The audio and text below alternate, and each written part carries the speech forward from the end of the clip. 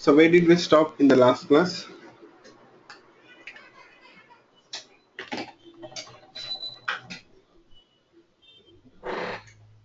Where did we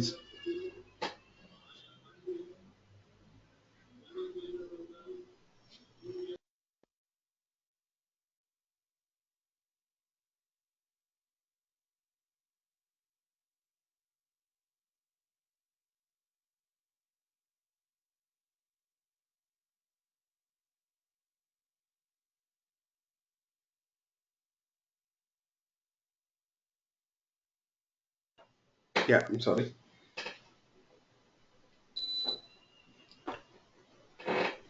Okay. So we were talking about method overriding concept in the last class, right? Yeah. So you got a doubt? Yeah, tell me. So what's your question?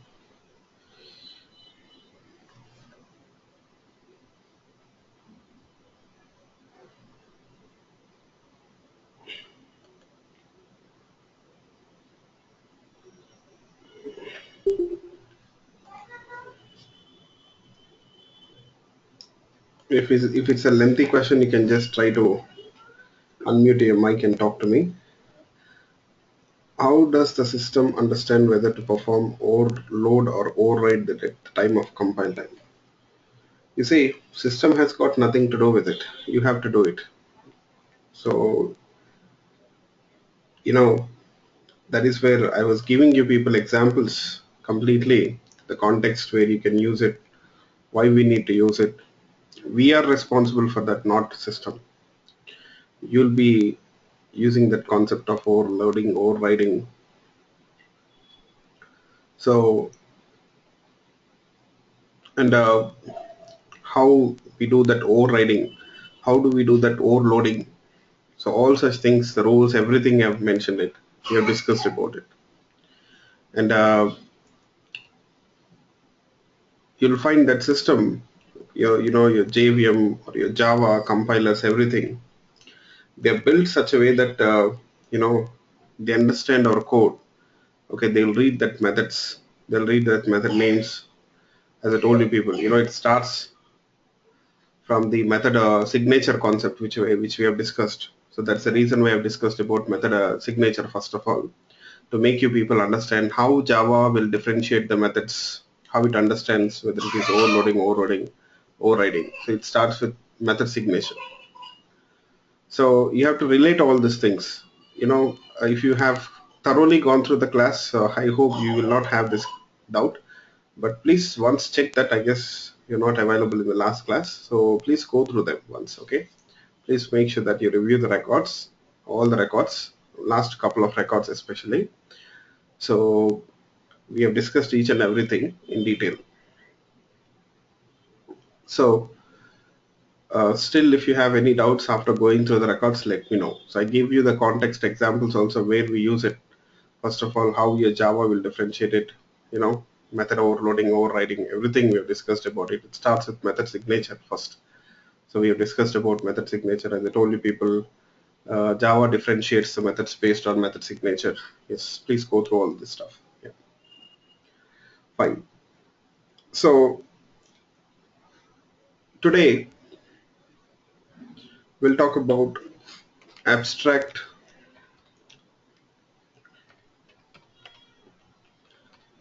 methods and abstract class. Abstract methods and abstract classes.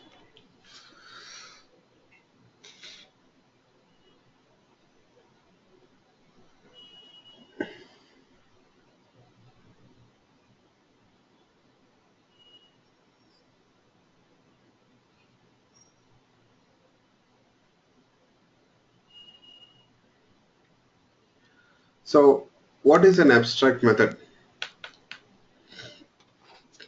Can someone describe abstract method?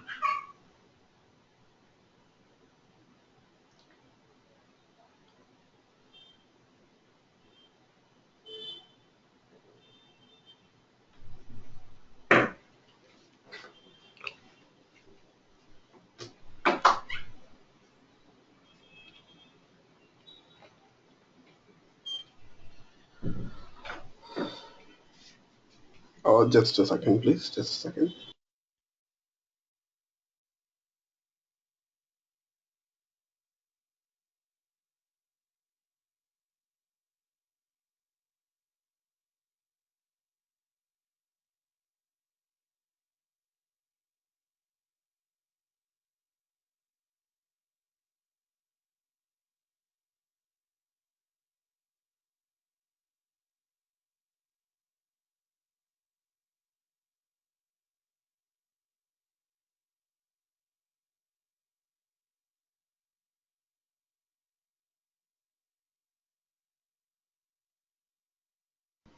Yeah, I'm sorry.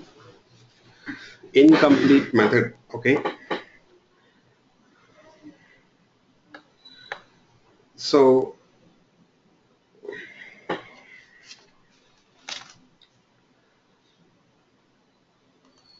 a method without a body or a method without a definition is called as abstract method. Okay.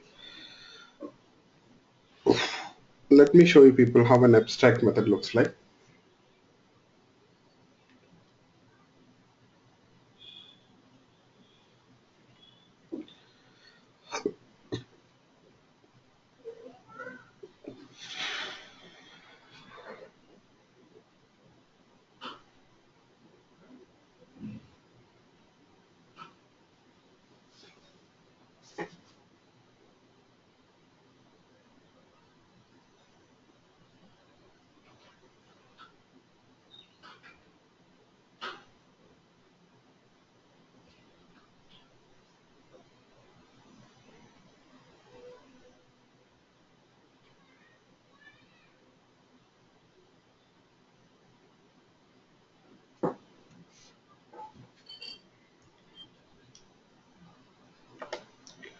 So here,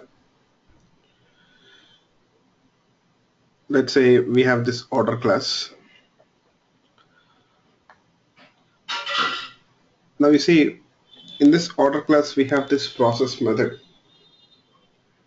and for the process method we have a method definition, or I can say method body.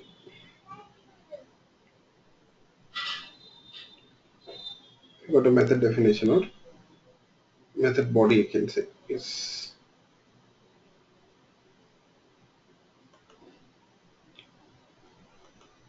You see, what if I do this? In place of method definition, I'll add a semicolon. That means for this method, there is no body.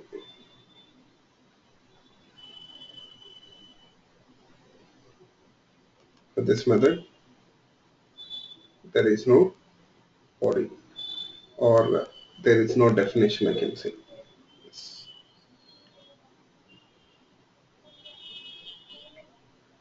So this type of method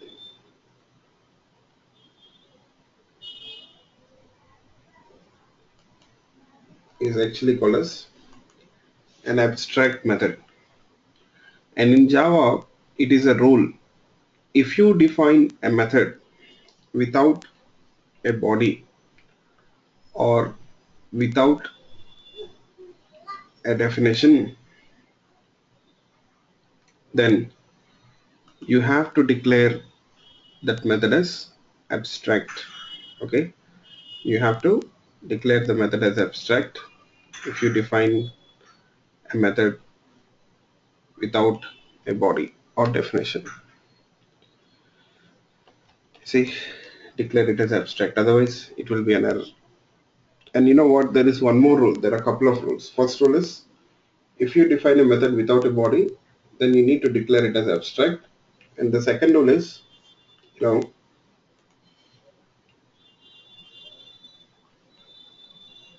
in a class, if you define a method in a class, if you define a method, if you define an abstract method, I'm sorry, in a class, if you define an abstract method, then The class also should be declared as abstract. Class, sorry, just a minute.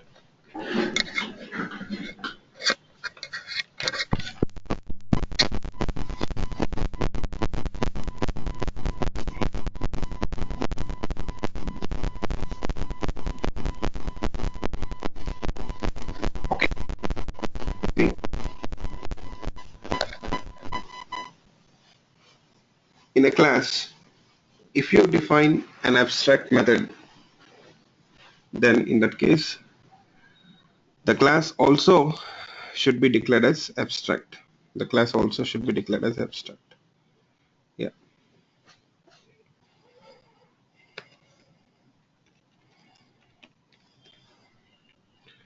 You see, otherwise, you see, if I don't declare the class as abstract, then you will get an error. What is the error? Let's see. The type order must be an abstract class to define abstract method. The type order must be an abstract class to define abstract method. Okay.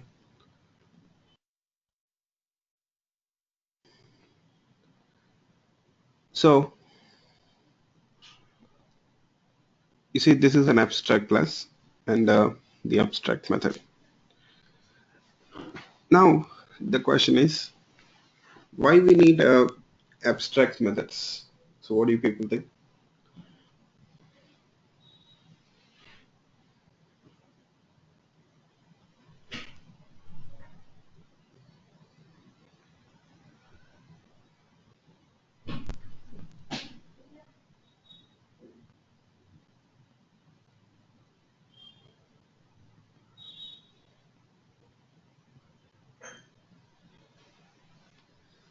What is the purpose of an abstract method?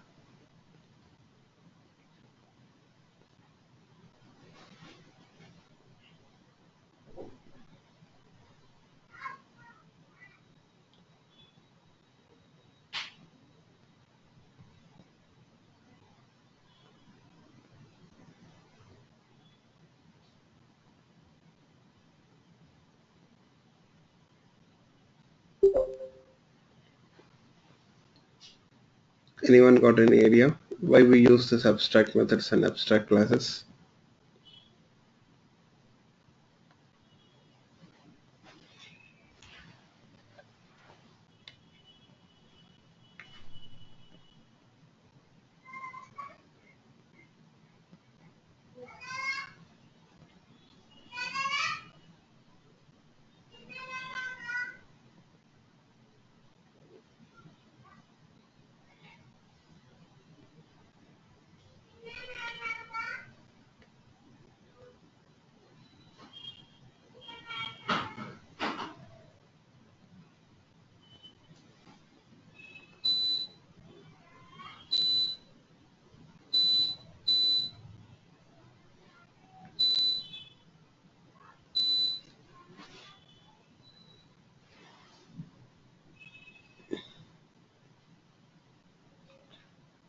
To implement, okay, I got an answer. To implement later some functionality or action. So to defer the implementation of some functionality, I mean we use abstract methods. Okay, good.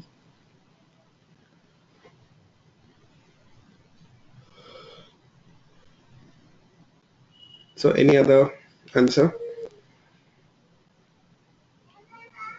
And so I do agree with this answer.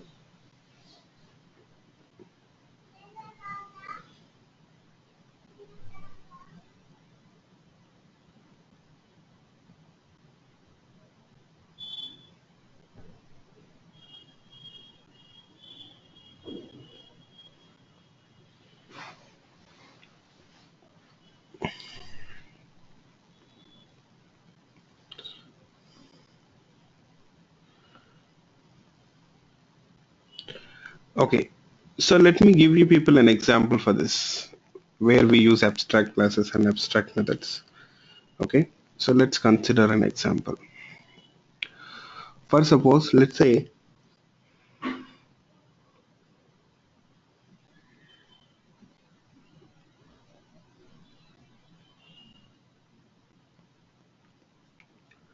you have been given a task of defining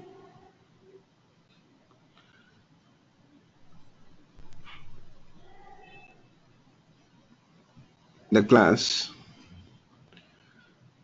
defining the classes for two different types of employees. Let's say one is contract employee,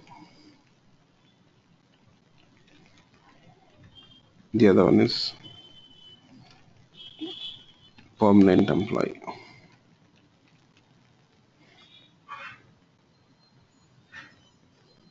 Okay, so in a company, let's say there are two different types of employees.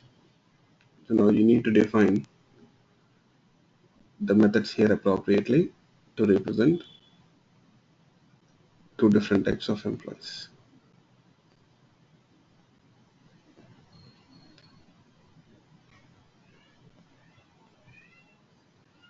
Okay, so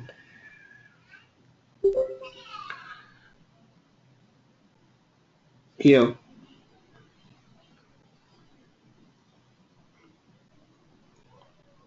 how will you start?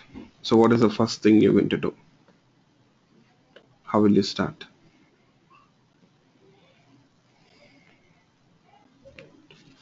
Yeah, good morning, Priyanka. So I'm talking about abstract methods and abstract classes. Yeah, no problem. So weekend it happens. Yeah. So how will you start? So you have to define two classes to represent two different types of objects. So what you people will do?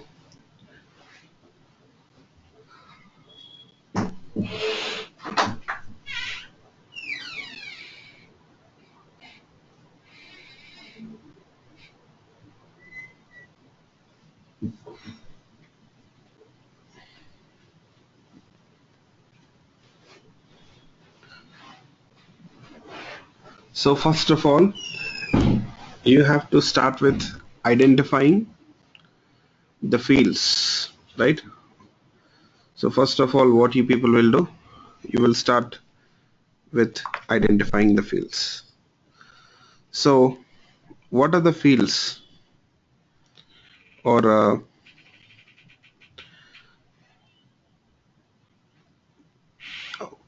the properties? Sorry, properties, I can say properties.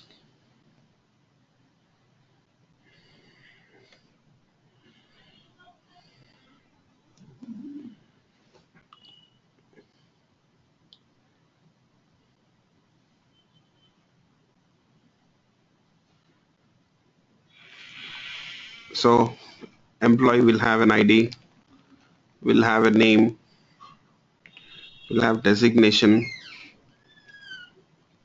will have yeah, if it is contract employee, contract duration will be there, right? Contract period, contract period, contract term, whatever it is. Phone. So you'll have several properties. Let's consider this. Okay. Similarly, if we talk about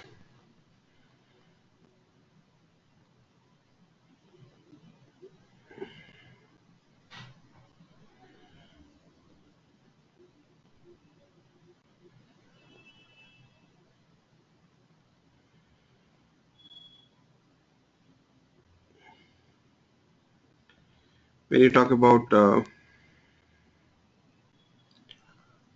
permanent employee also will have an ID, will have a name, will have a designation, will have a phone. Plus, okay, there won't be any contract period for permanent employee, but for permanent employees, what will have date of joining. Okay, let's say these are the properties. You may have several other properties also. Let's consider these properties. Okay, let's consider these properties.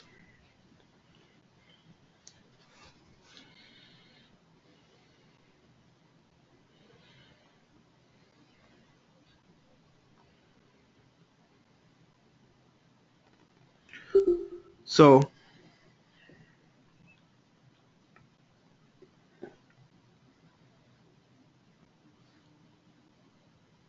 now we have identified the properties. Now we'll see that, okay, don't worry. So we'll see that abstract methods, okay? Yeah, so we'll see abstract methods, abstract class. So this example will help you people to understand why we need this abstract class and abstract method. First of all, you understood that abstract method means a method without a body or without a definition. And you see, if you want to define an abstract method, then you need an abstract class. Always you have to define an abstract method in an abstract class itself, okay? And this example which I'm taking here, so will help you people to understand the need for this abstract methods and abstract classes, I can say. Yes. So now we have identified the properties next to the field, the behaviors or actions, I can say. Like we generally calculate salary for this employees, right?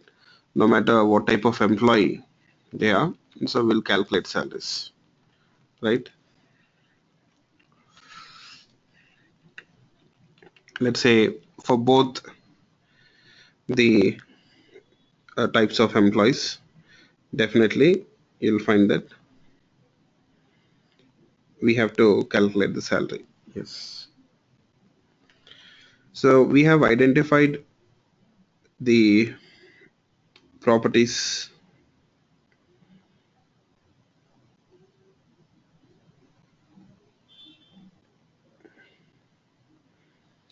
and behaviors of these two types of employees. So what is the next thing we need to do here?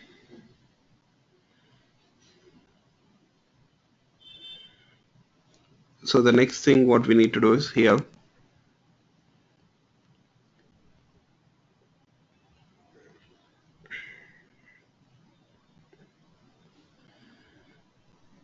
we need to define the classes. So in that class again, the properties of the objects will be represented as fields and behaviors of the objects will be represented as methods, right? But you will find that there are some common properties and behaviors.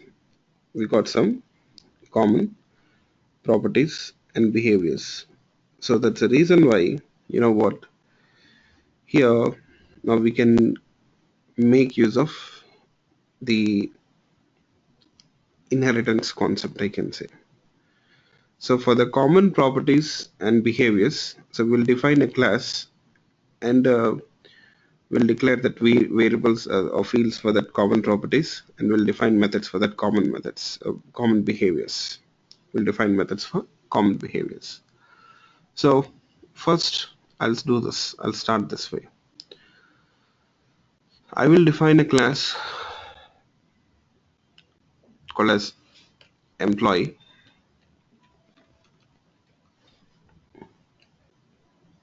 and this class is going to be that super class or the common class, I can say.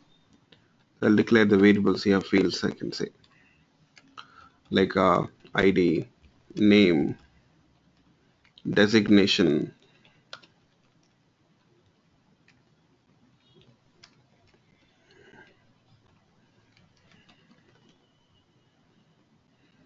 say phone. These are the common fields, I can say. Next, let me add a parameterized constructor also here.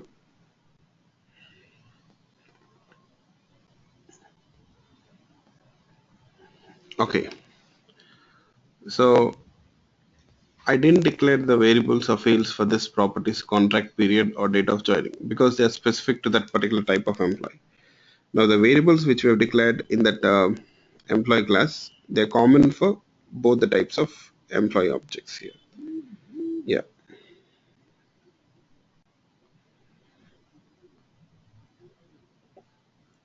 So the next thing is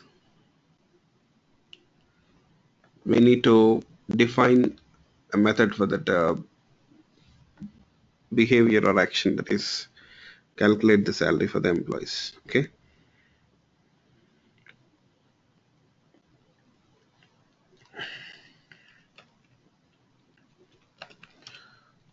Calculate salary.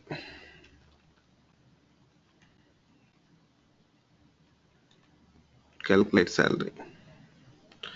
So we'll try to implement this method later on. Okay. Yes.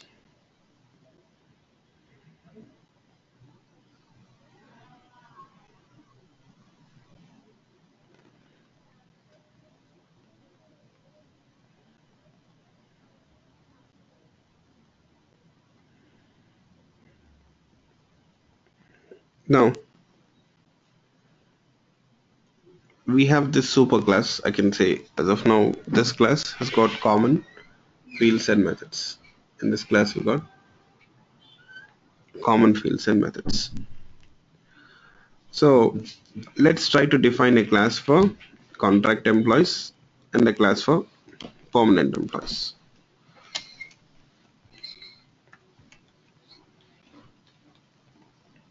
Contract employee extends,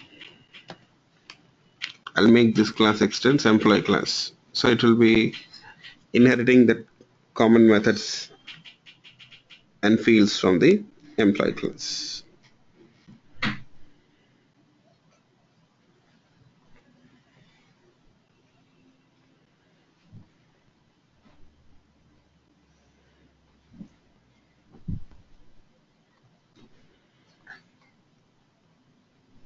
So the next thing is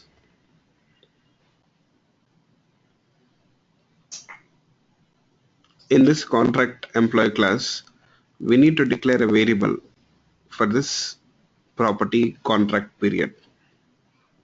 Let's say that contract period is in months. So I'll declare it as I'll declare sorry, I'll use integer as a data type. So contract period, so which will be in months, let's say contract period, whatever it is.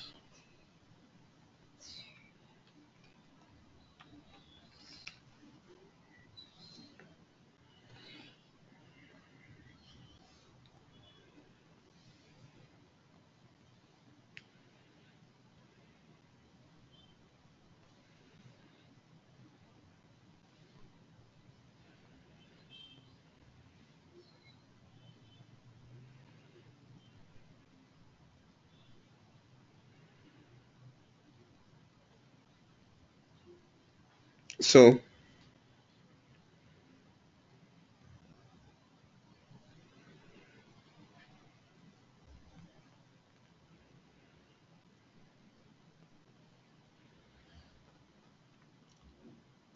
next we have to define a class for permanent employee also. Permanent employee.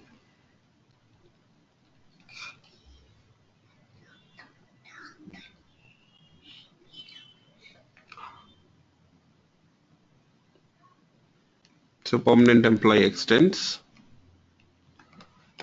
employee class. So I'll also make this class extends employee.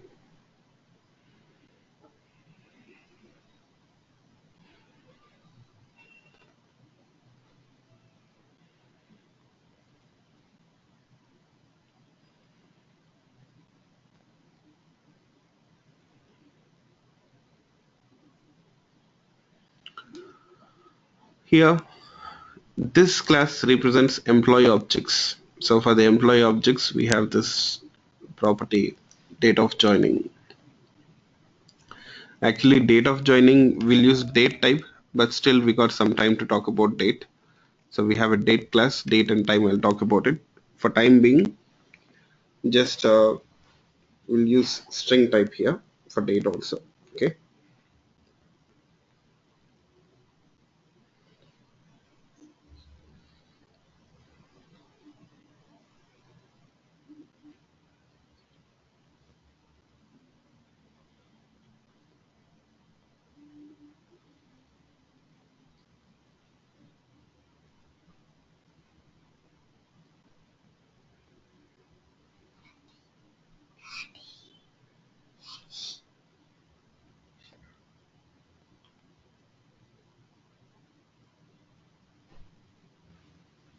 Next, now, so far what we did, is this clear? I'm sorry, except that calculate salary method. So what we did, hope you people got it right. Any questions, please let me know.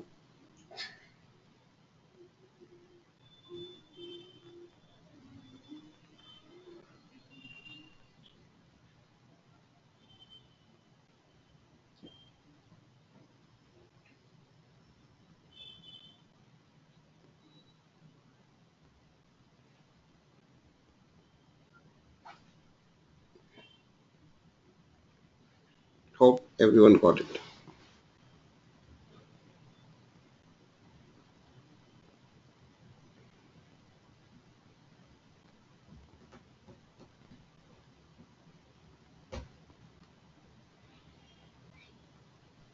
So next, we'll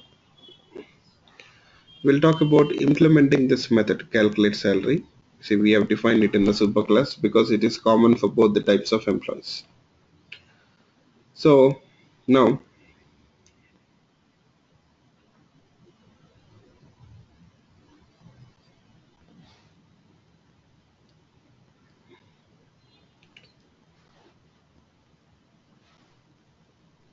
you see, when we talk about calculating the salary for the employees, when we talk about calculating the salary for employees, you see, you'll find that we'll have rules, right?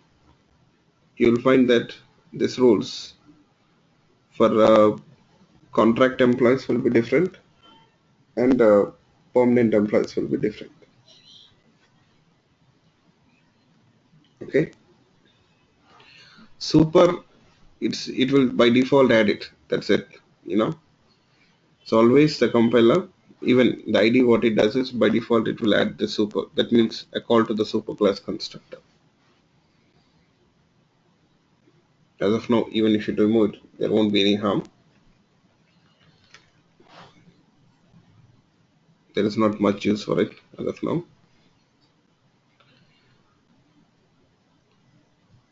Okay,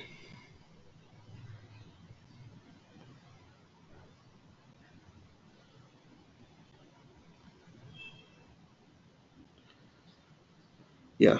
You see, the rules for calculating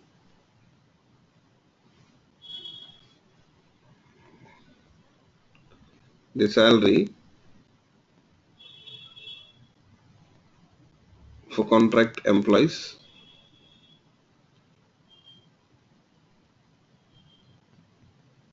will be different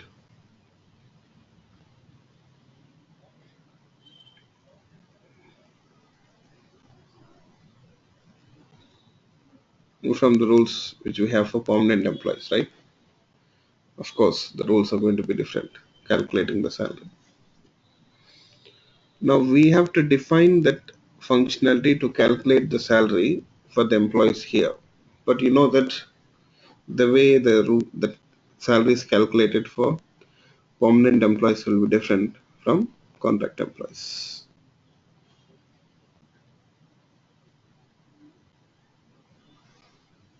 So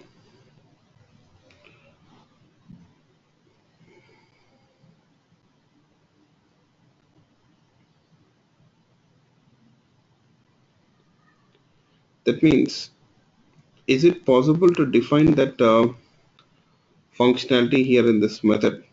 Why I have this question? Because both the classes, contract employee and permanent employee, will be inheriting this method, right? Now whatever the functionality which you define here in this method, so it is inherited by both the classes. So that functionality should be appropriate for both the classes. Okay. So what do people think? Is it possible to define the functionality in this method such a way that this functionality is appropriate for both the types of employees, for both the subclasses?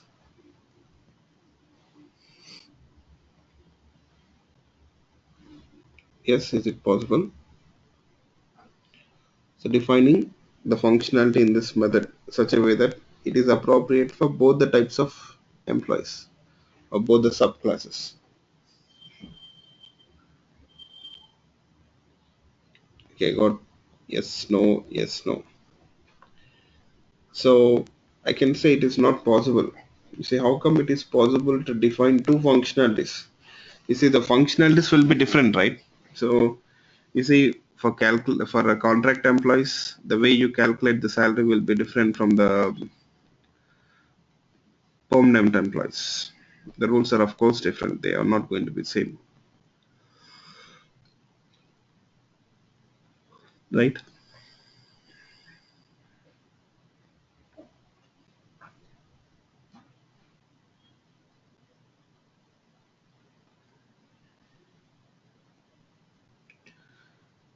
So I can say it is not possible to define that functionality here because you see, whatever the functionality you define here in this method, it will be inherited by both the subclasses.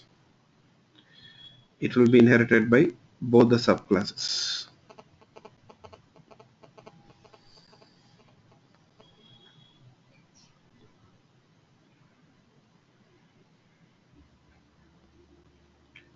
So I can say that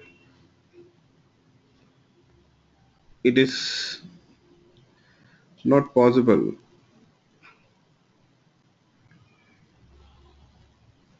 to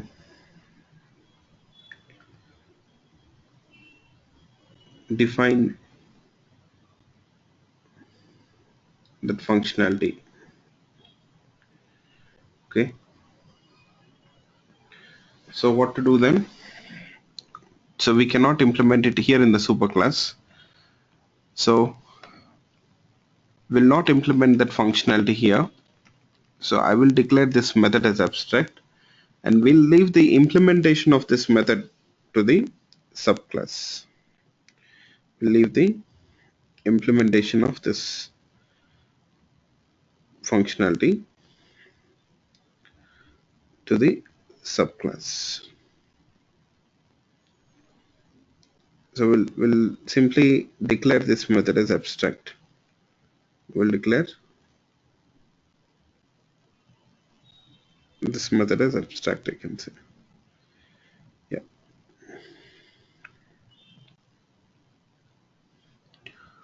So because this method is declared as abstract, now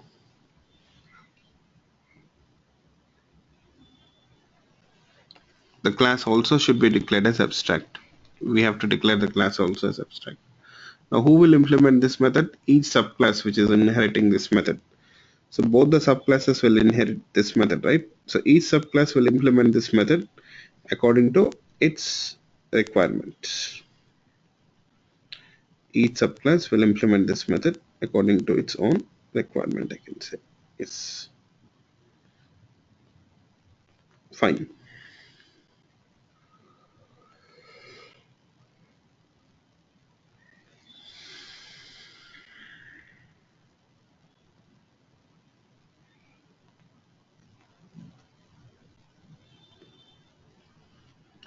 So now you see the subclass is inheriting that abstract method. So it has to implement it. Or in other words, I can say it has to override it. Okay. Yeah. Just a second, please. Just a second.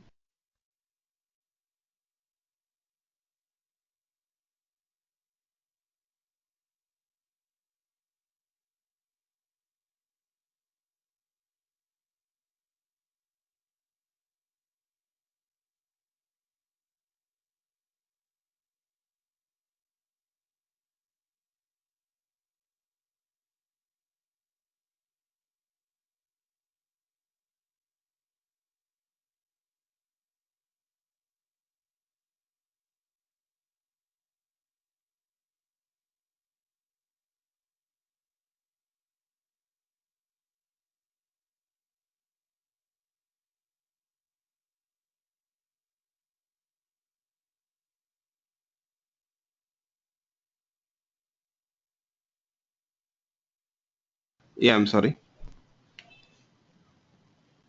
Now you see,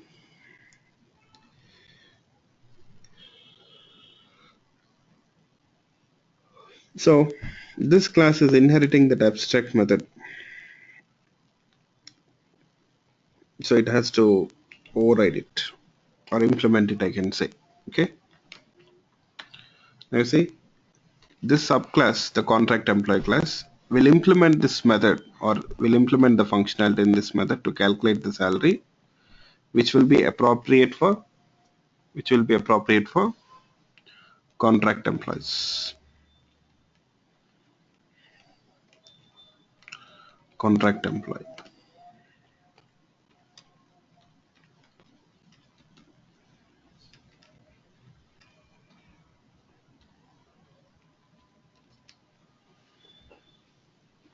Yes.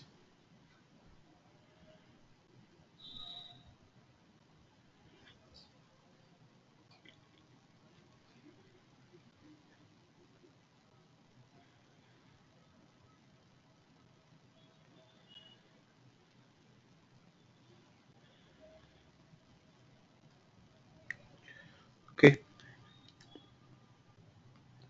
Now similarly, now the other class also will override that method calculate salary, and it will implement that method. I'm not writing that logic really to calculate the salary, so I will leave it to you people. It depends from company to company. So here you see, I'll just add this statement. That's it.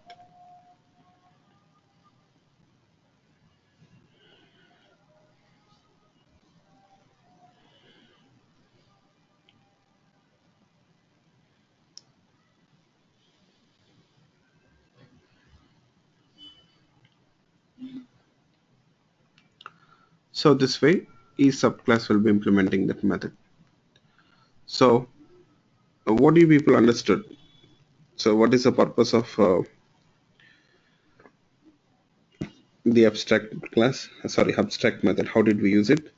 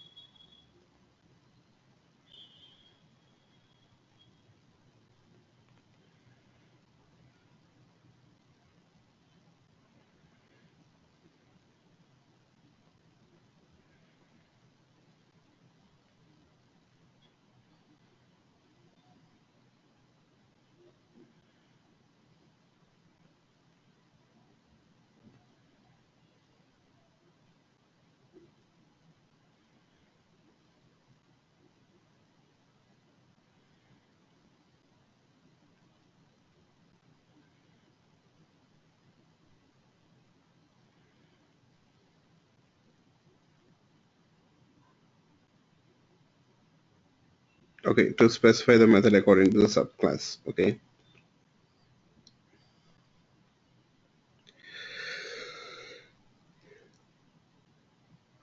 You know, I have a question for you people.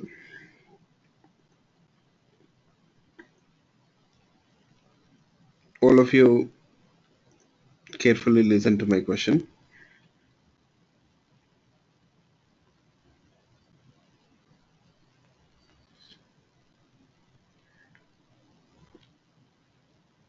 My question is,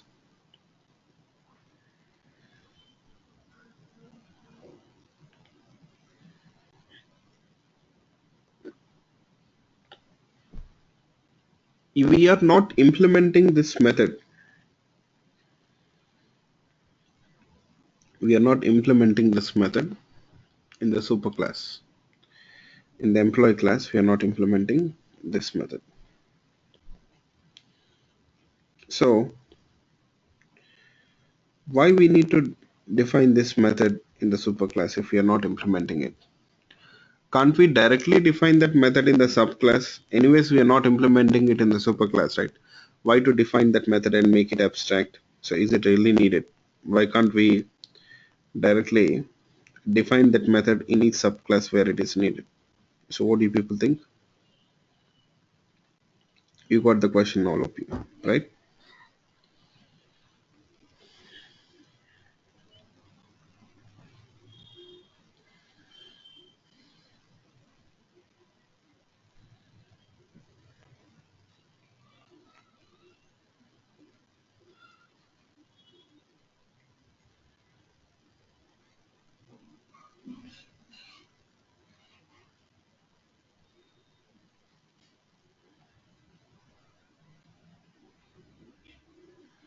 But we are not implementing that method, right? So what will share through that method?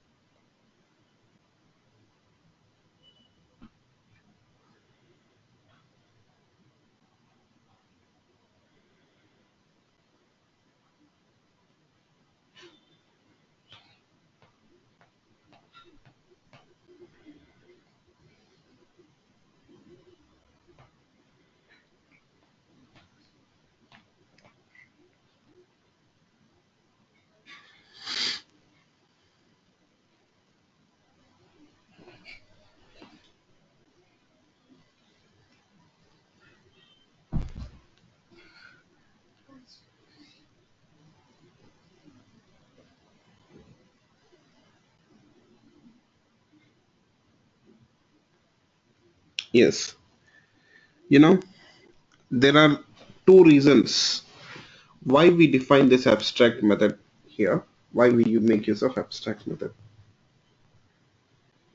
There are two reasons why we make use of this abstract method, I can say. So first of all, here you see, by defining this abstract method in the superclass,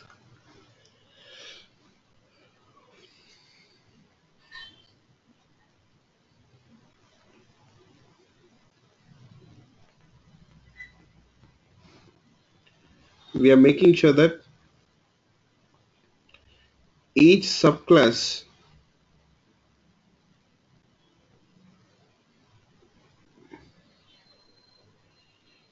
it inherits that method, abstract method, and implements that abstract method.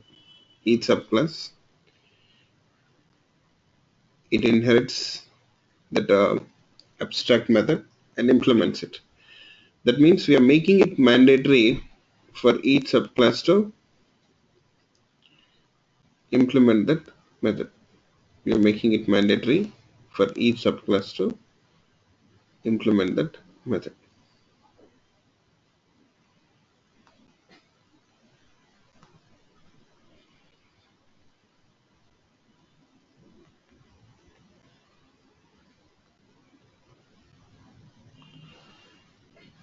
So you see, for suppose, what if a subclass is not implementing that abstract method? If it is not overriding it, or if it is not implementing it, so what does that means? What do people think? You see, you'll get an error. So it's mandatory for the subclass to implement that method. You see, what is the error? It says the type contract employee must implement abstract method employee.calculate salary. That means here we are making sure that each subclass definitely implements this method. That is the first point.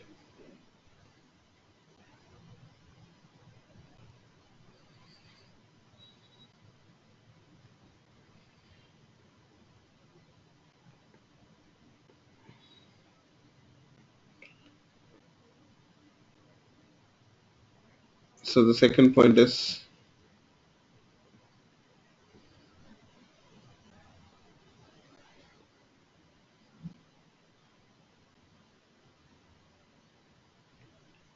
now we are also making sure that all the subclasses, they follow the same method signature.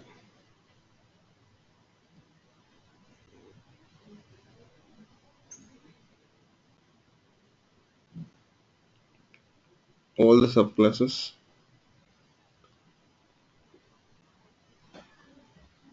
they follow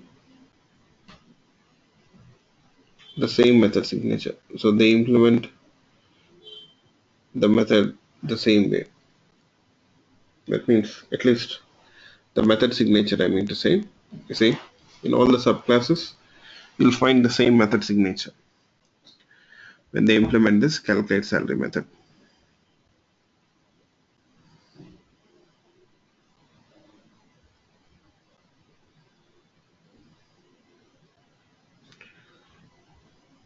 Okay, so these are the two reasons why we use abstract methods, I can say.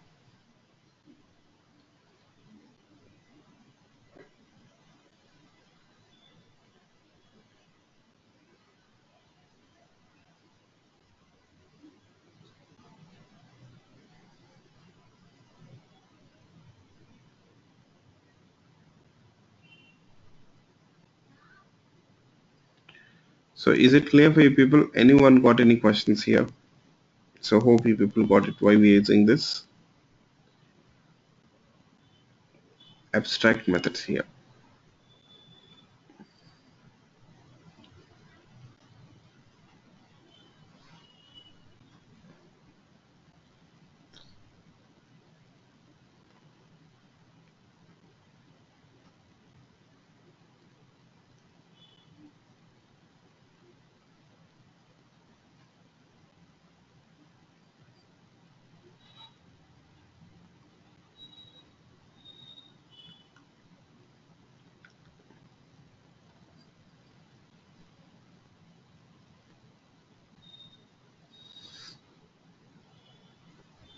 Okay, so if it is clear, now we'll move on.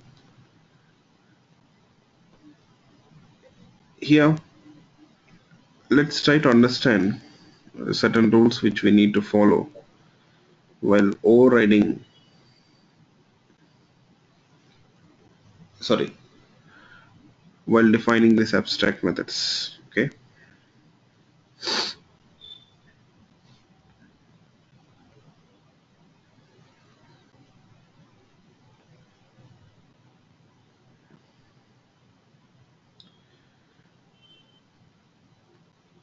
so when we talk about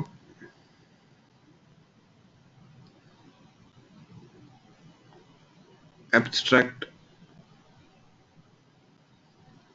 class and abstract methods, yeah, there are some things which you need to know.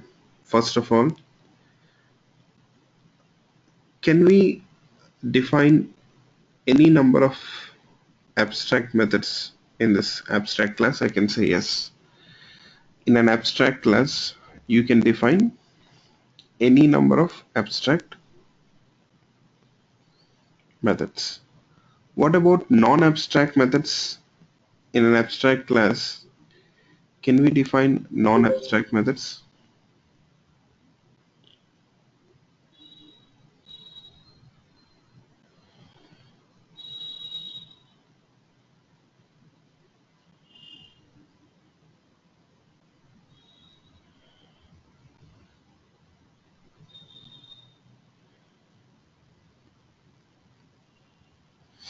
Yes.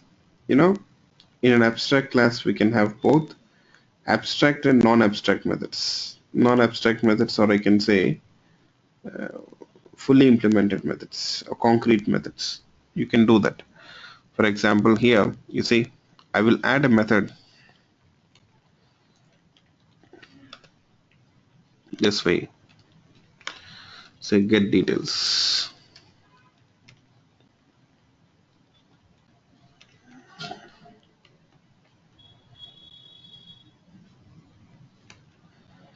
So employee ID.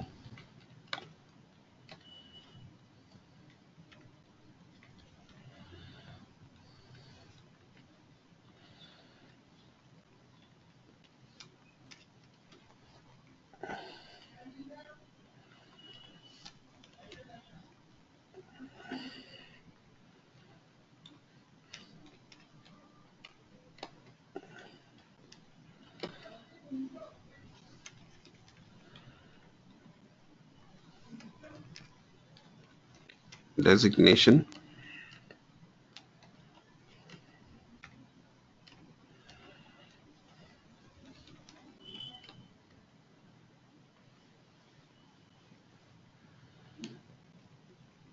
Yes, that's right. So these non-abstract methods, they need not be implemented by the subclasses.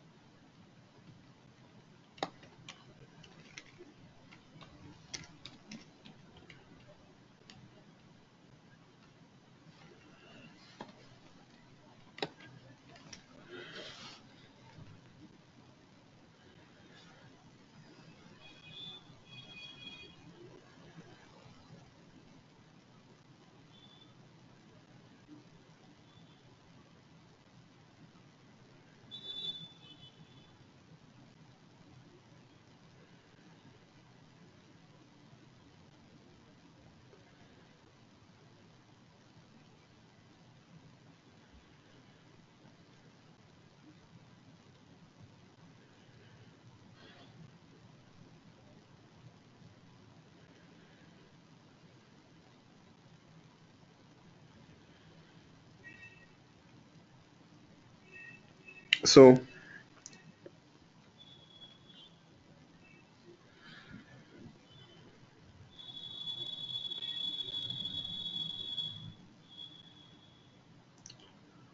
this way, you see, in an abstract class, we can have both abstract as well as non-abstract methods. Yeah.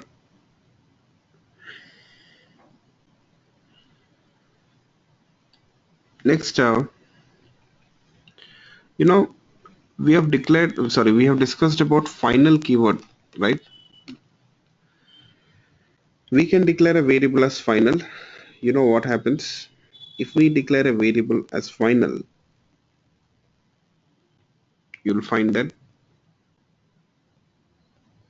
the value of that variable cannot be changed.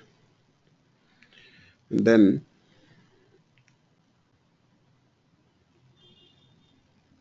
we have also discussed about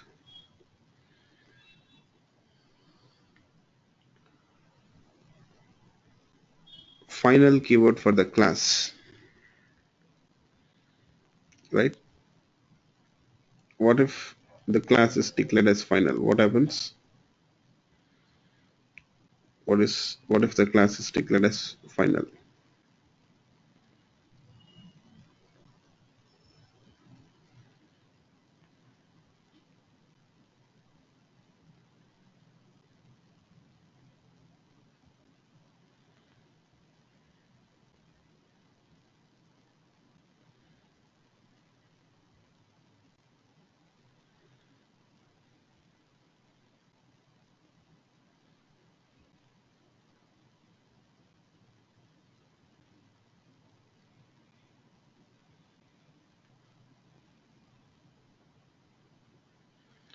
Yes, so the class cannot be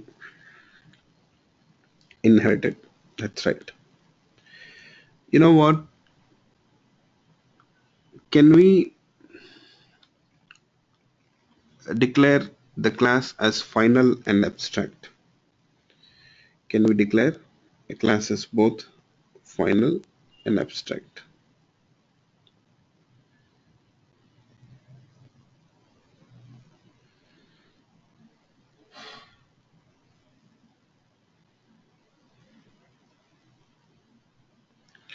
Why not?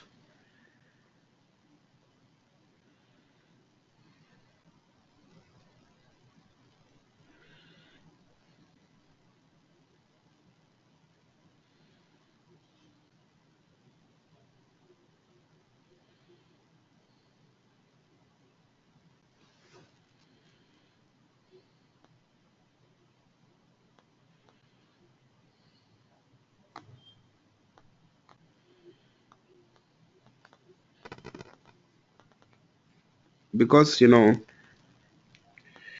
if the class is declared as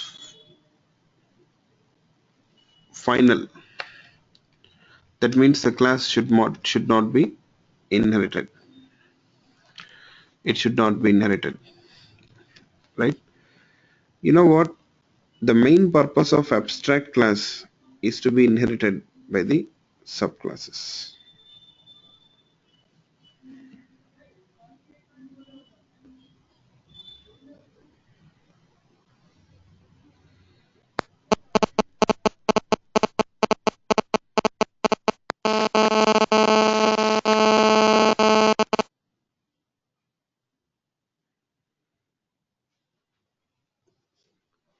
Okay,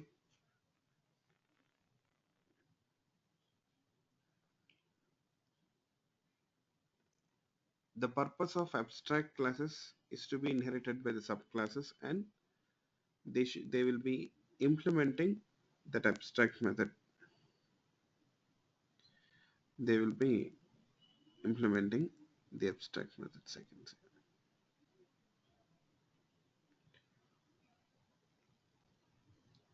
Okay, but you see, final class, not, it's quite that final keyword is quite contradicting with abstract, I can say. Final says not to inherit. Abstract classes are purely, they're meant for the sake of inheritance. So we cannot use these two keywords together. Okay, we cannot do that. Yes, what it says, you see, class employee can be either abstract or final, not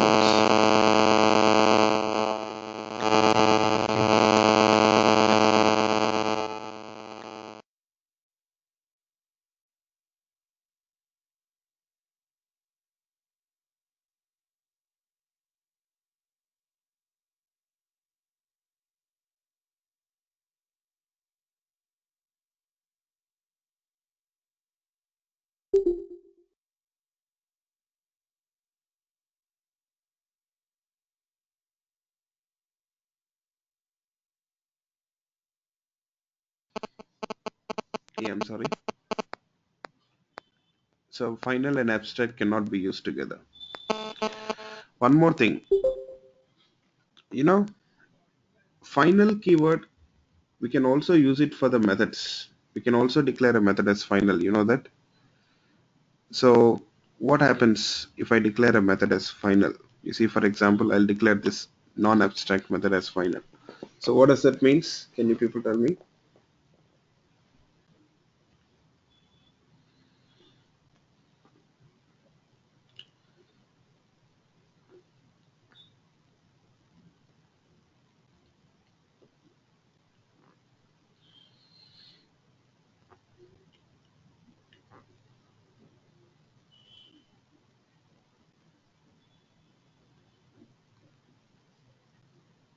Yes, you know, if we declare a method as final, if a method is declared as final, that means that method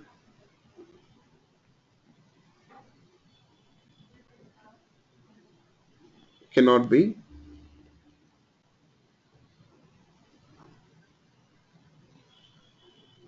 overridden in the subclass. Final method cannot be overridden in the subclass. Please make a note of it.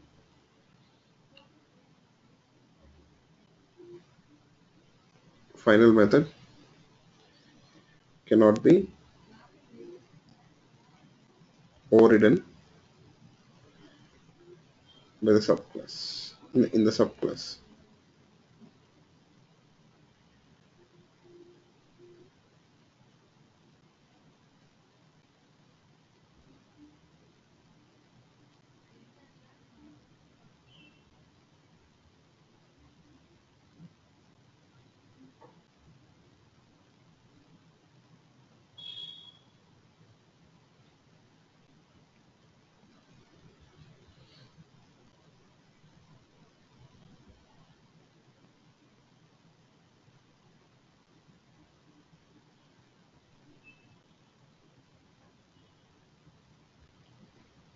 You know, subclass will be able to inherit final method. Okay, one misconception is people think that final methods cannot be inherited by the subclass. Okay, please, you can, if you want, you can make a note of it. Final methods, you know, they'll be inherited by the subclass. final methods are visible for the subclass. Okay, a subclass can inherit a final method, but it cannot override that method. Subclass can inherit a final method of the superclass, but it cannot override it. Please make a note of it. A subclass can inherit the final method of the superclass, but it cannot override it. But it cannot override it, I can say. Okay.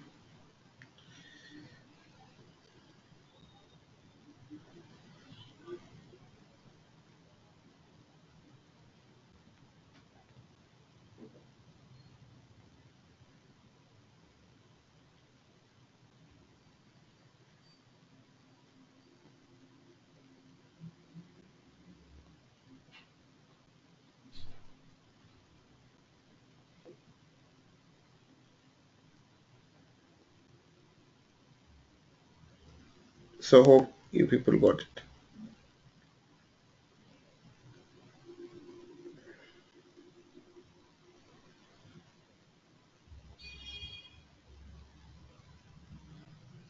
Next, you know, can we declare a method as both final and abstract? What do you people think? Can we declare the method as final and abstract?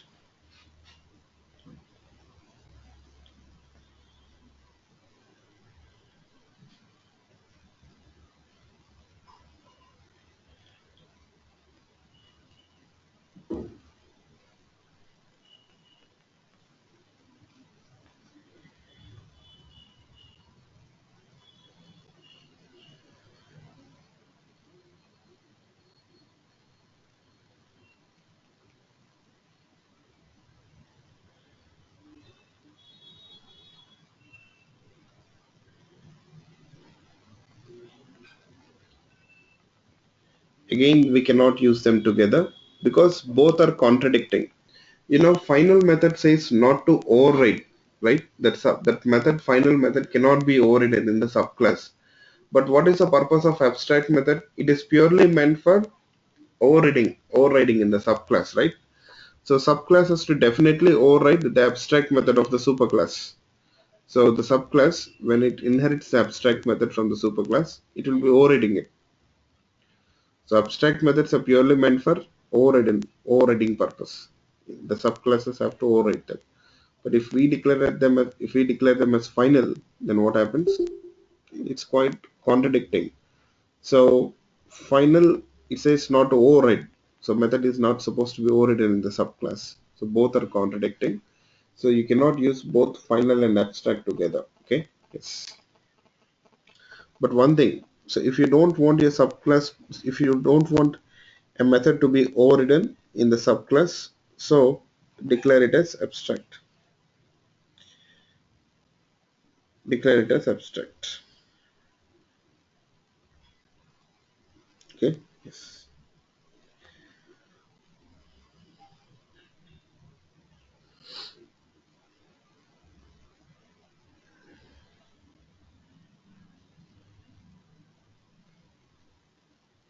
Okay.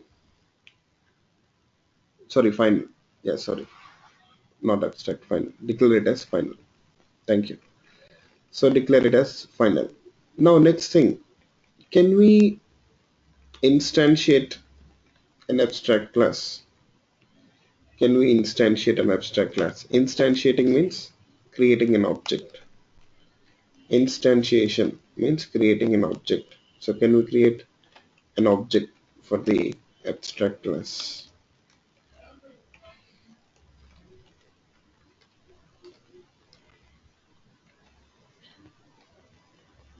Actually, we cannot. We cannot instantiate an abstract class. It is not possible. We cannot instantiate an abstract class.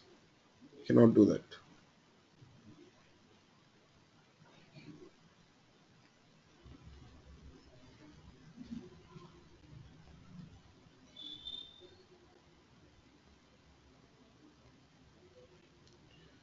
So we cannot create an object for the abstract class.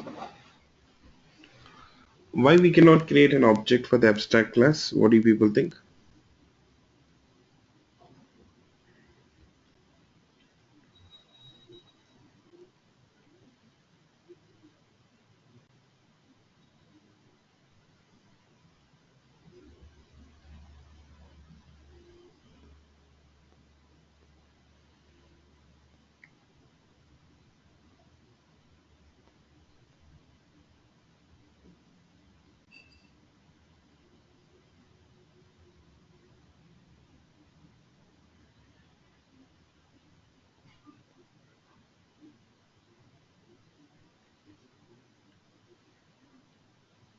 Without object we can make use of it, okay?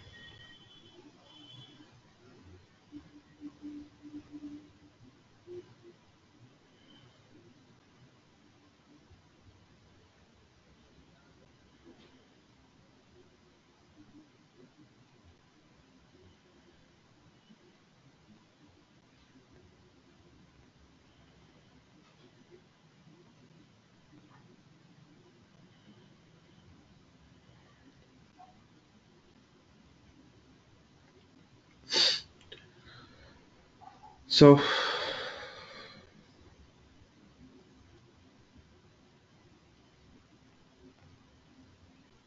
you know what? Yeah. When we talk about abstract class, an abstract class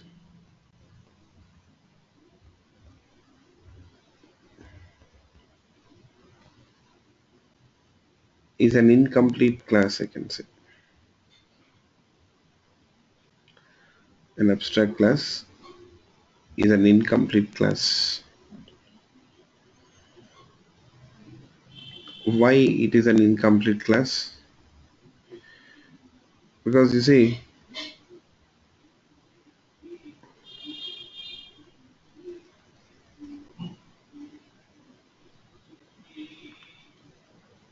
in that abstract class we have abstract methods which are incomplete. In the abstract class we got abstract methods which are incomplete. Yes.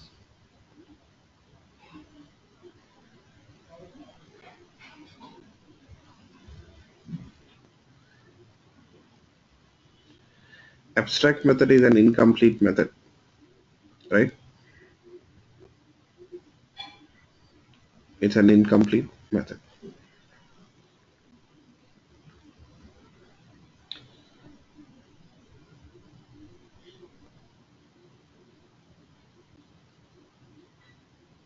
Okay.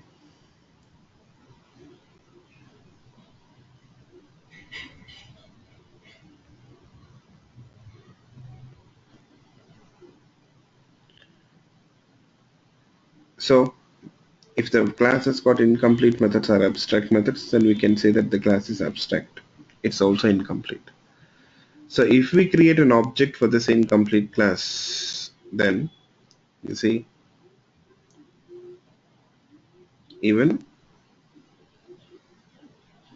that object will be incomplete. It will not be fully functional, I can say. That object will not be fully functional. Yes.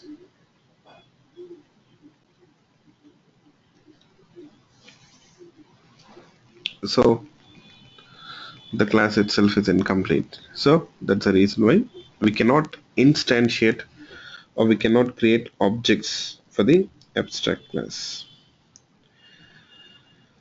So if we cannot create objects for the abstract class, then what is the purpose of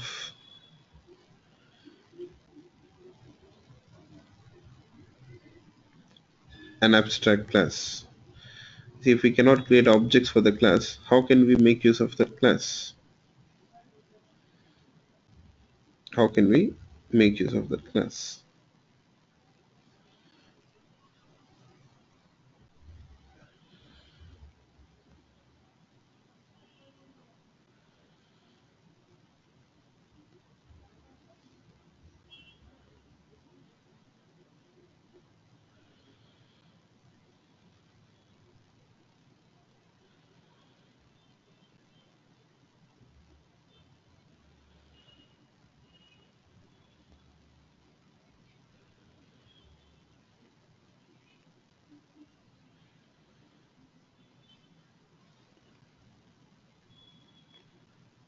Yes, purely the abstract class, it is meant for the sake of inheritance, the reusability, I can say.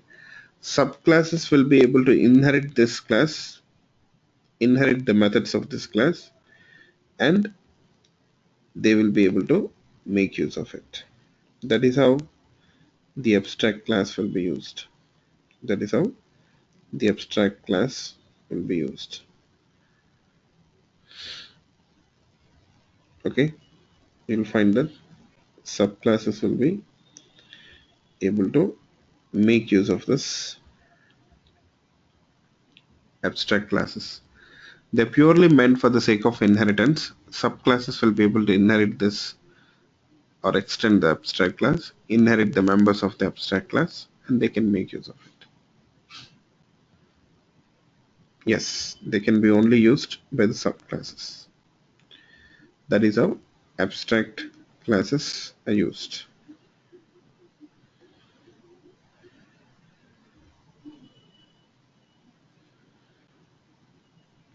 So hope you people got it. So any questions in this regard, please let me know.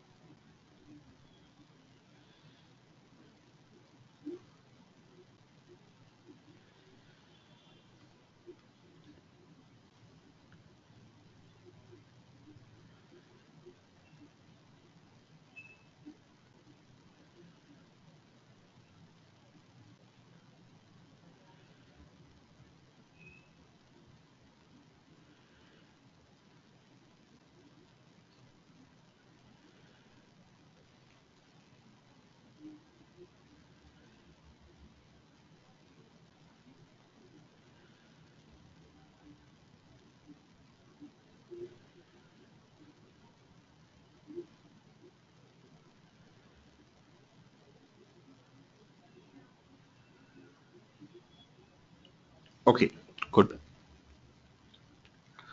So if it is clear, now then we'll move on. Okay.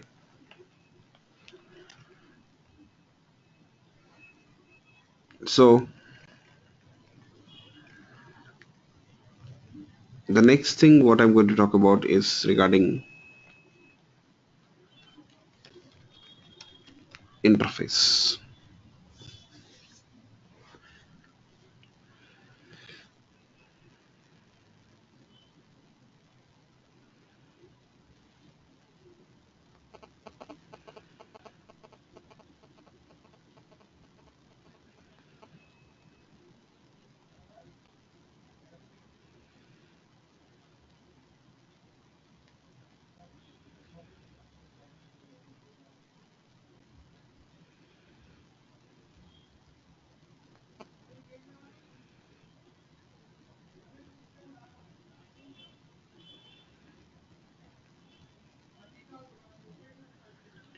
So what is an interface? Can you people tell me?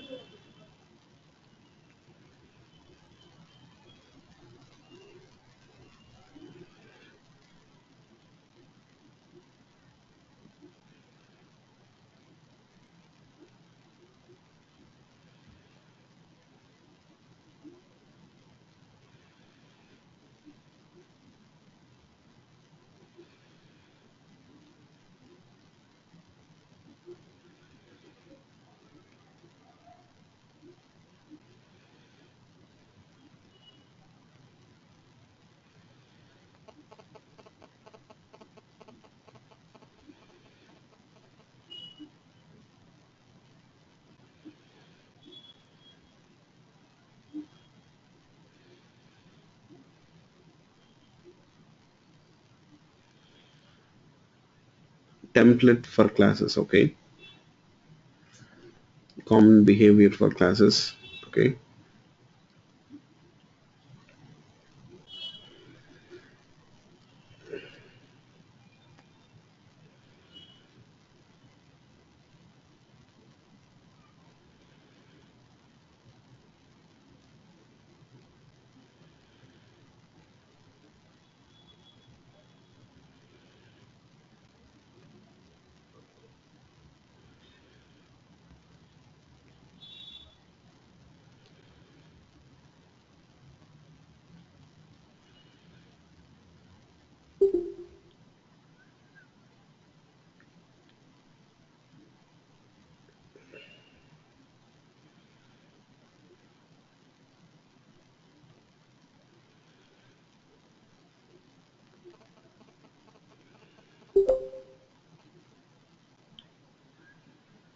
It's a type of abstract class. Okay.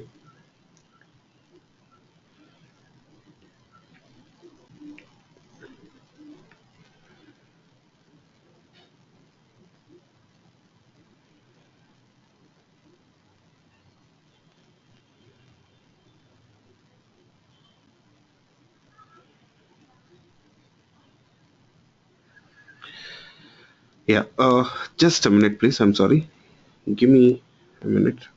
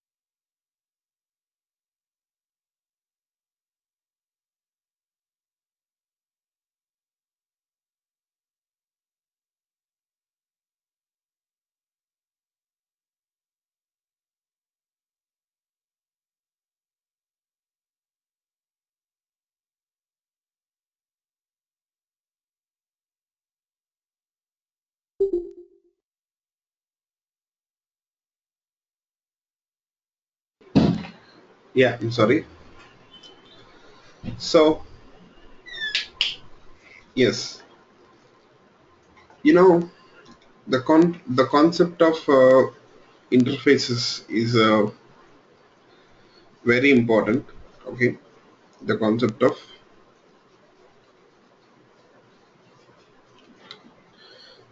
interfaces is important. So you need to understand this interface. So let me explain what is an interface. I can say that interface is a con- contract for the class. The class, or a contract for the class. So it has to, sorry, which a class has to implement by implementing the methods of an interface. By implementing the methods of an interface. Interface is a contract for the class which a class has to implement, sorry, which a class has to fulfill, I'm sorry, which a class has to fulfill by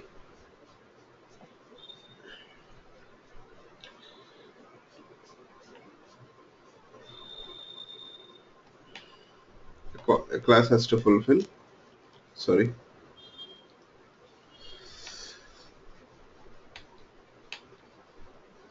by implementing the methods of an interface.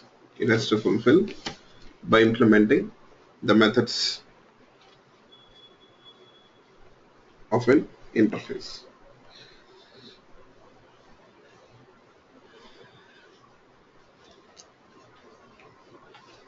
Okay, so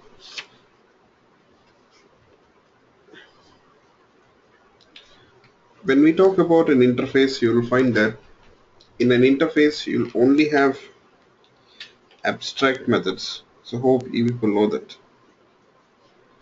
So in an interface, you'll only have abstract methods.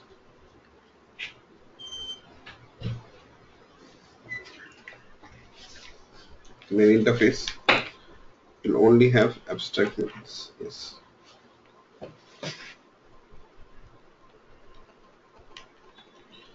In an interface, we can only define abstract methods. Next,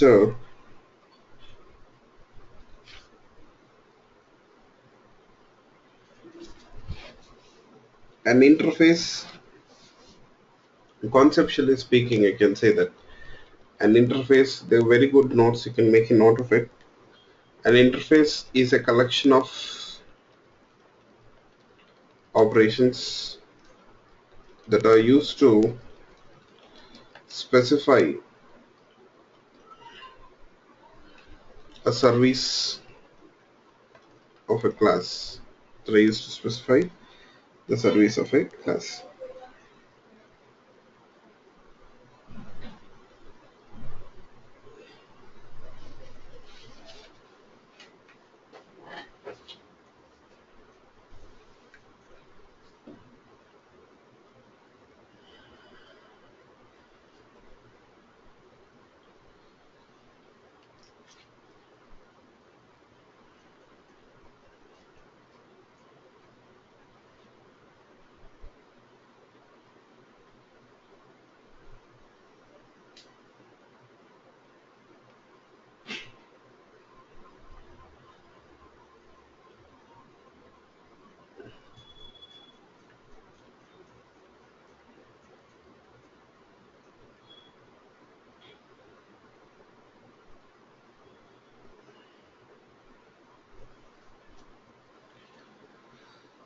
Okay,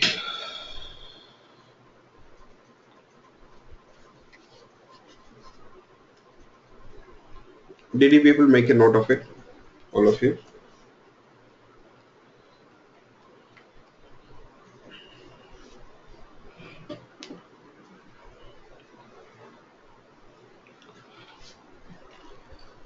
Okay, good.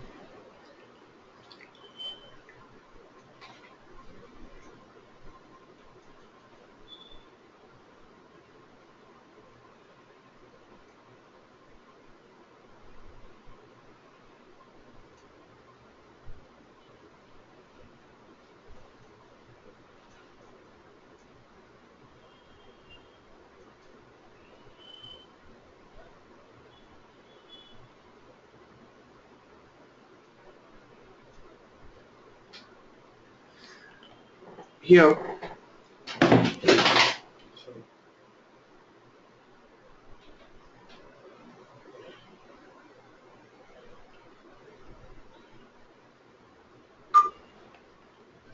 let me explain how we can make use of interfaces concept here. Okay, yes. So very the most important concept. If you don't understand how to use interfaces, then it will be really difficult for you people to work with Java. Okay,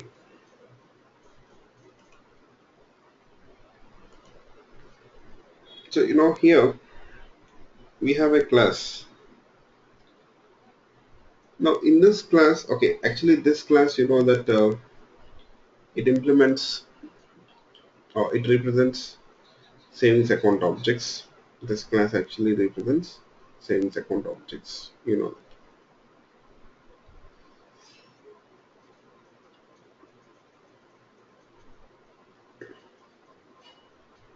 If this class if it represents savings account objects, if this class, if it represents savings account objects, then it has to implement the behaviors of that savings account objects, right? The behaviors of that savings account object, how they are represented. So the behaviors of savings account objects are represented as methods.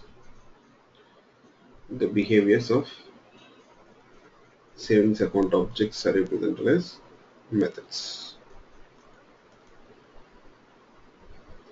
You see, what are those methods here? We have withdraw, with deposit, two withdraw methods and one deposit method.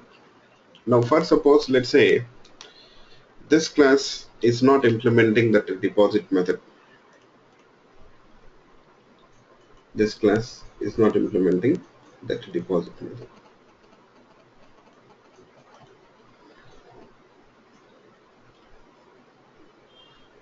So if this class is not implementing that deposit method, then then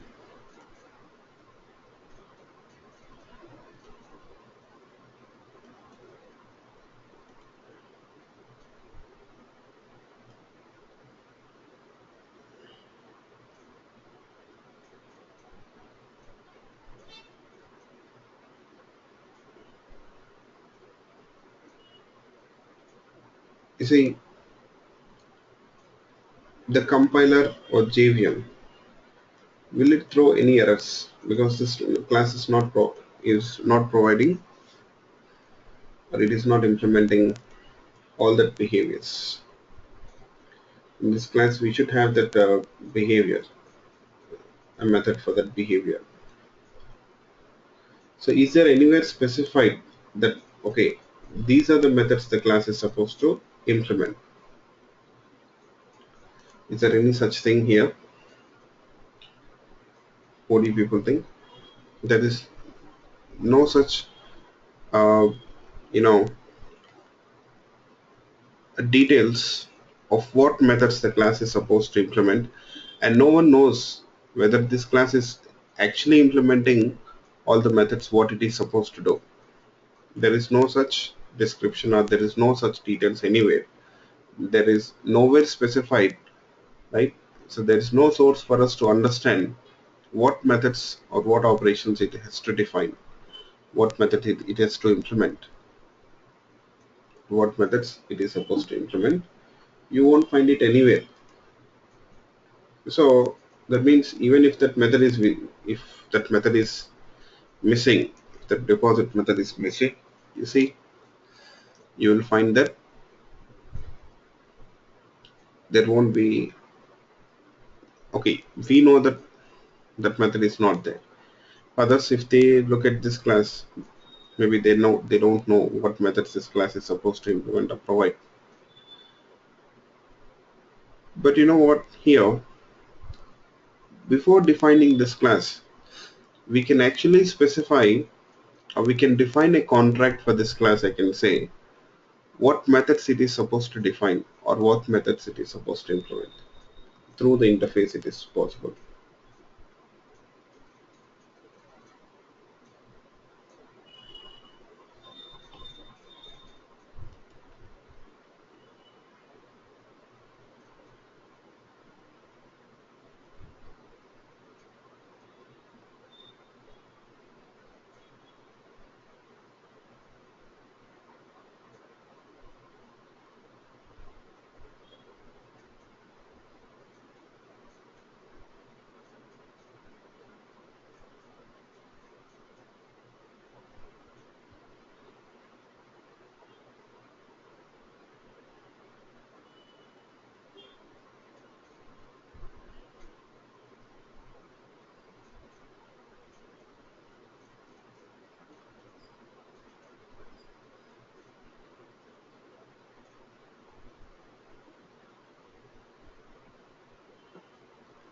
So yeah, I'll show you people with an example itself. Okay. So what I'm saying is now we will define an interface. Okay. We will create an interface through which we'll specify the contract for the class. That means what methods it is supposed to implement. Okay. So we'll define a contract for the class, what methods it is supposed to implement. So through the interface, we are going to do that. Okay. Yes. So now let me define an interface. How will you define an interface here? You see, just above that, just below that class wizard, we have this interface wizard. We got this interface wizard. I can see. Select that interface, and you can specify the interface name. Let's say I will call it as I account service. Now we got an interface with the name I account service.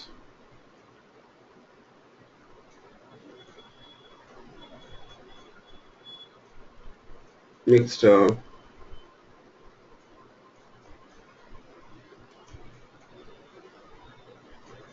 know,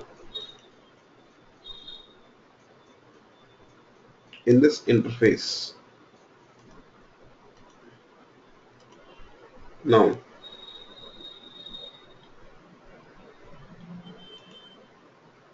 I'm going to define the methods which the class has to implement.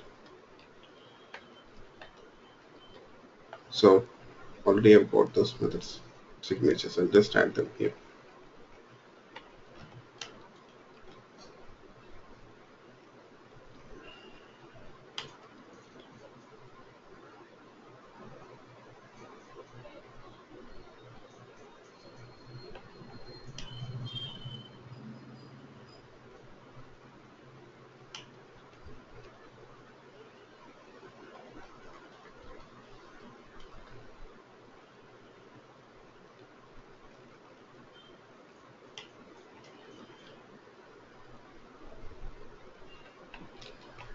Now these are the methods I want the class to implement. So what methods the class is supposed to implement? That is the contract for the class. We will, define it here.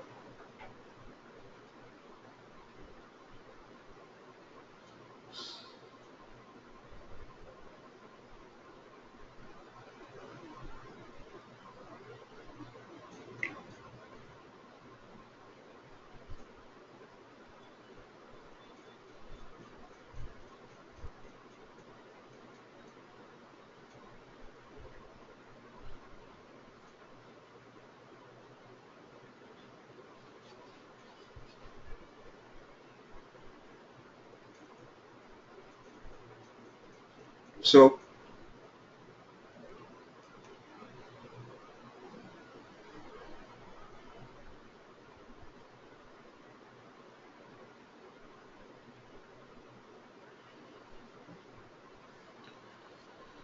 now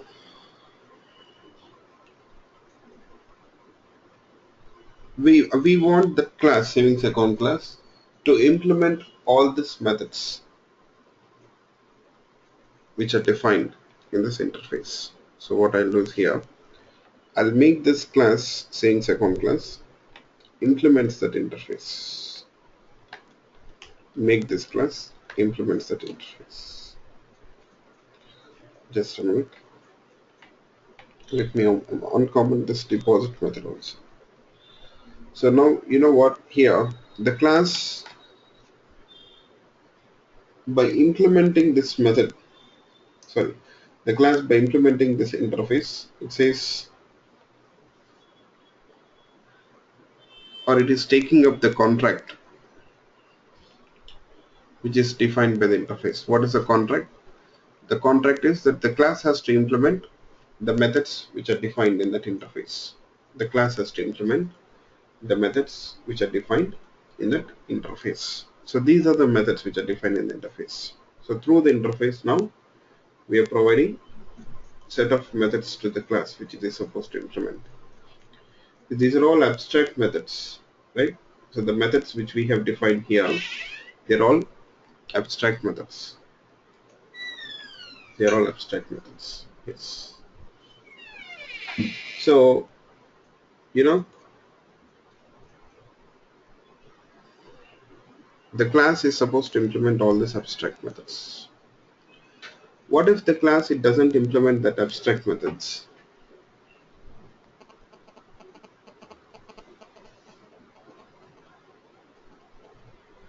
What if the class, if it doesn't implement the abstract methods?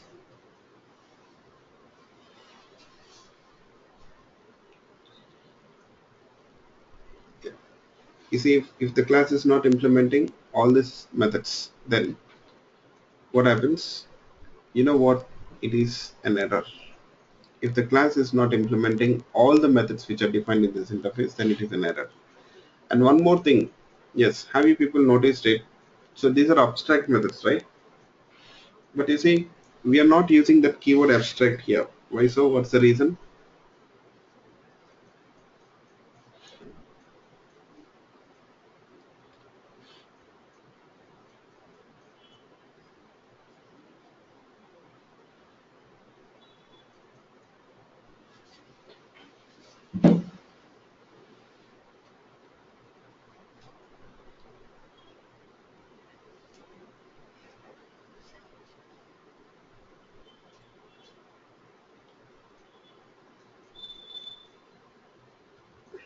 You got the question here. So you see, actually this method is abstract, right? But why we are not declaring it as abstract? As I told you people, if you define an abstract method, then it has to be declared as abstract, right? But we didn't do that. What's the reason?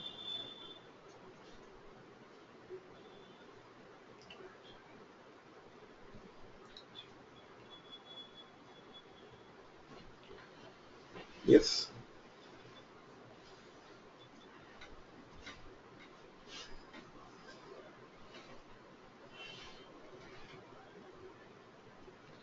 because in this interface, you'll find that we can only define abstract methods, and that keyword abstract is considered as redundant.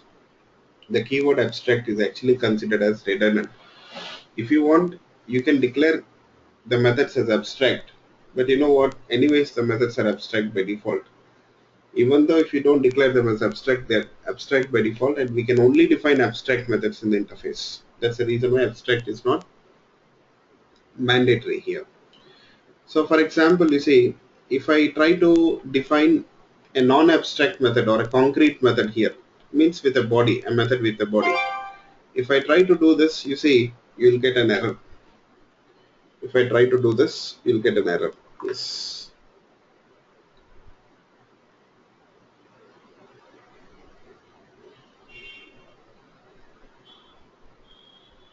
Okay. Hope you people got it.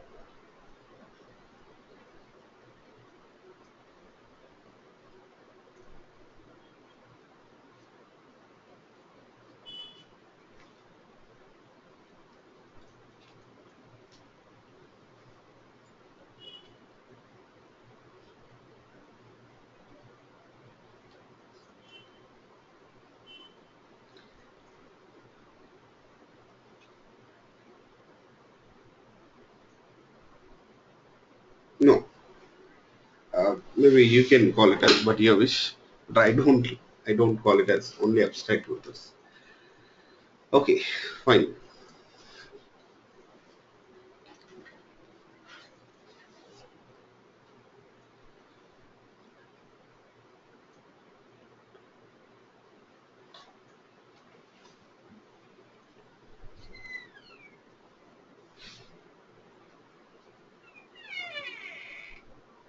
You know, we got an error. What it says?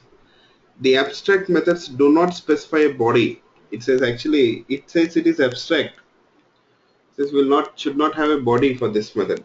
But actually, nowhere we have defined this or we declared this method as abstract, right? We didn't declare it as abstract, but it says the method is abstract. It says actually the method is abstract. Yes. Hope you people got it.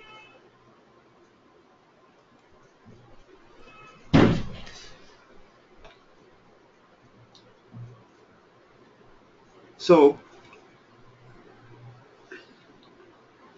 you know, by default, the methods of an interface are not only abstract but they're public also.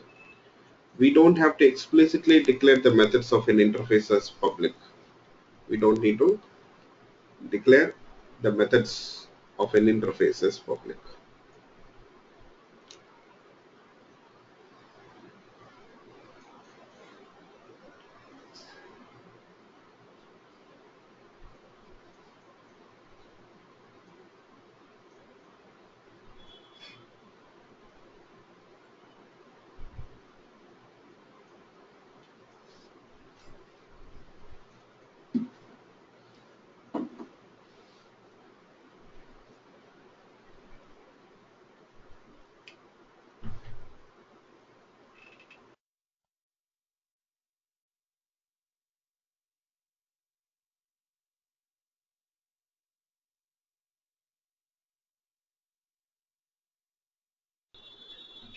So now generally if we define a method this way in a class, so what will be the access what will be the visibility of this method?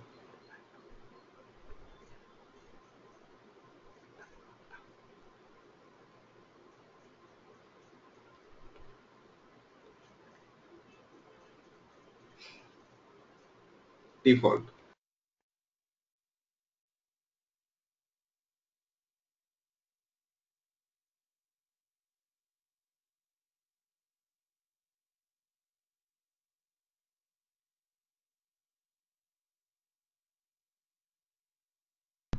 Yeah. Yes. You see, by default, the methods of an interface, sorry, but of a class, if you don't use any access modifier, the default. The access modifier will be default. But you know what? Here, the methods of an interface are public. Please make a note of it. By default, the methods of an interface are public. By default, the methods of an interface are public.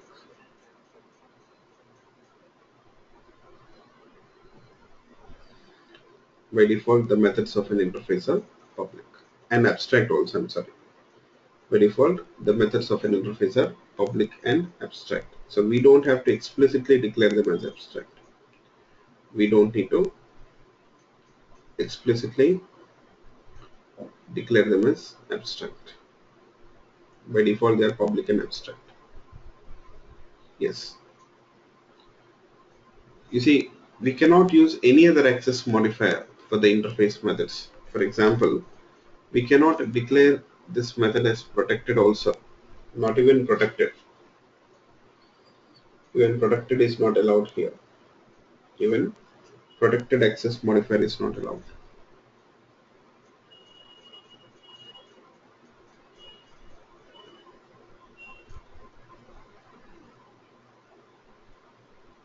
Okay. It throws an error. What is the error here? Illegal modifier for the interface method withdraw. Only public abstract default, or you can say public abstract are allowed here. Yes, fine. Next, can we declare non-static variables in an interface? Can we declare non-static variables in an interface? What do people think?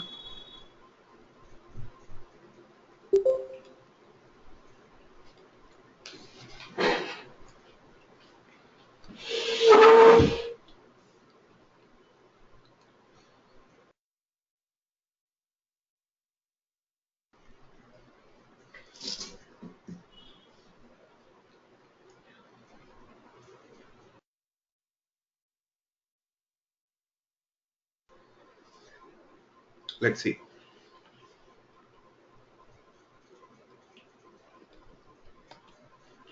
For example, if I do this in I, what is I? I is a variable basically. It is a variable.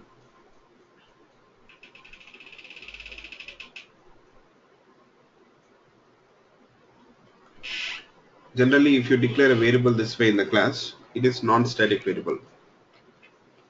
Okay, but I can say that in an interface we can only declare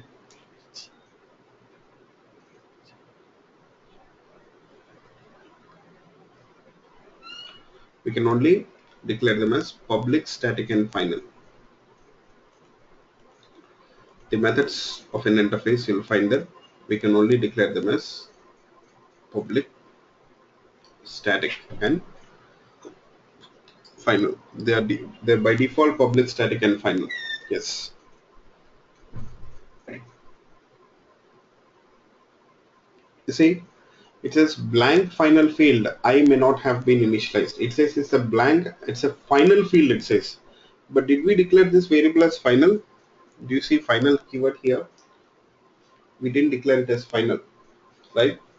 So though we didn't declare it as final, it says this method is final. It says this method is final. Okay, but we didn't declare it as final. Nowhere we have specified it as final. It says it's a final field. See, generally the final variables, while declaring itself as part of the declaration itself, will initialize them. As part of the declaration itself will initialize them. Okay.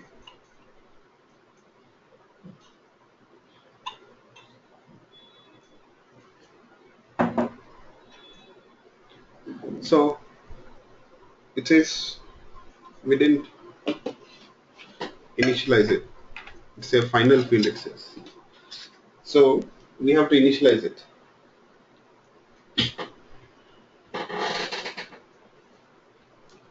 Public, static, and final. And you say why only public, static, final variables are allowed here? We have to initialize it because objects are not created. Yes, we don't have any objects, so there are no instance variables here because there are no objects here at all, right? Yeah. So hope you people got it. Yes. So any questions in this regard, please let me know.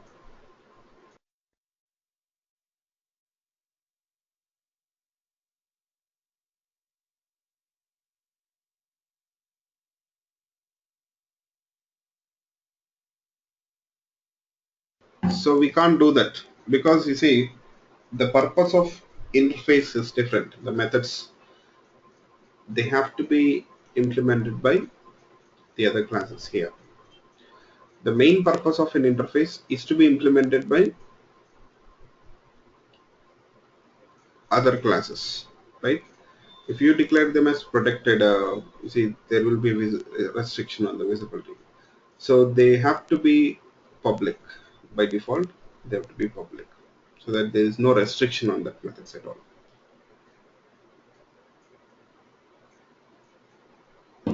So hope you got it.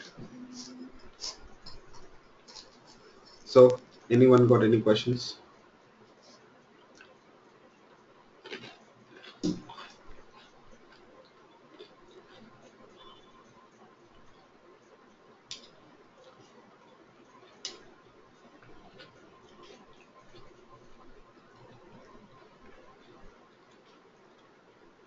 Yes, you can do that. Still, it means same as public static final. Though you don't explicitly mention, or if you don't declare them as public static and final, but by default they're public static and final. Okay, you can make a note of this point. By default, the methods of an interface are public, static, and final.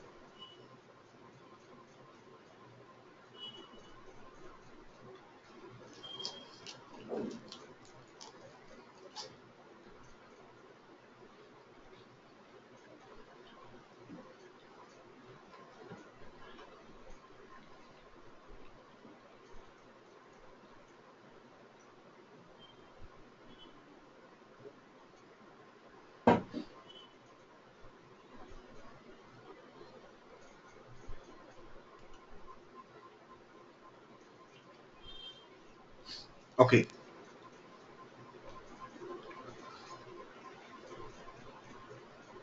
so actually we can achieve the same thing using a class, right? We can achieve the same thing using a class. So why do we use an interface?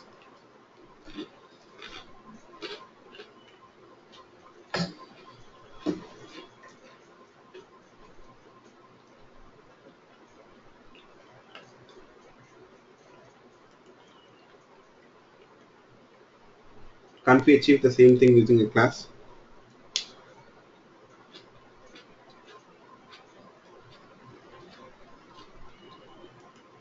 That is the only difference here between an interface and abstract class. What do you people think? Is that only difference?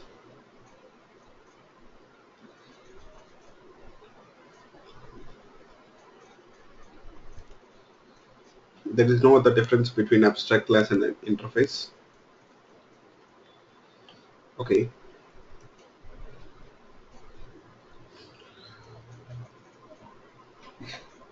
You know what? Here, there are definitely differences between an abstract class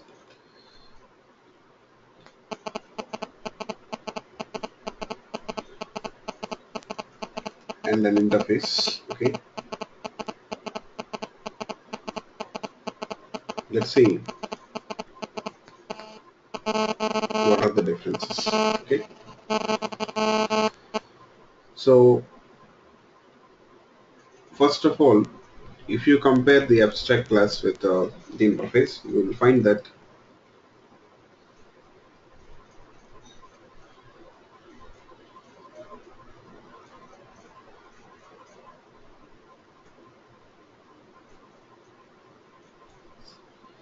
in an abstract class, okay, please make a note of the differences. In an abstract class, we can define both abstract and non-abstract methods. In an abstract class, we can define both abstract and non-abstract methods.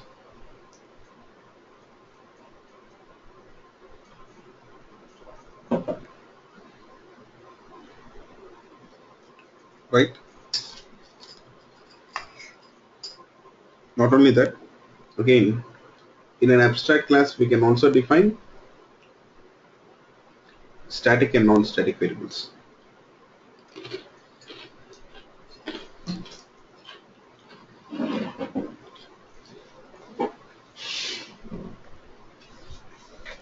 In an abstract class, we can define both static and non-static variables.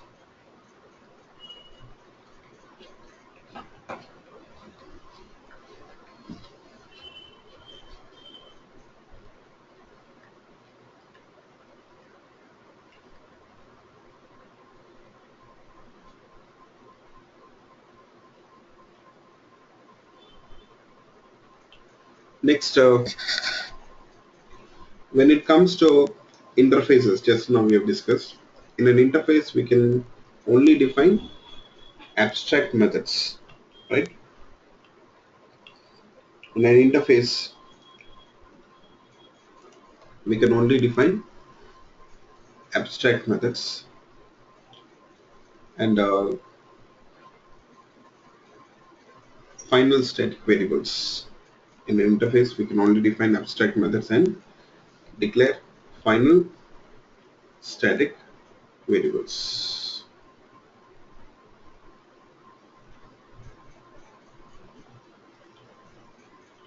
We can only have final static variables in an interface, right?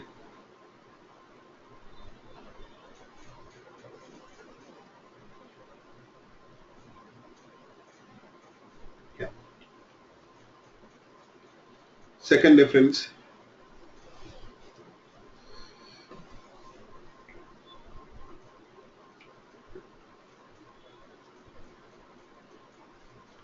a class can extend only one abstract class. A class, it can extend only one abstract class.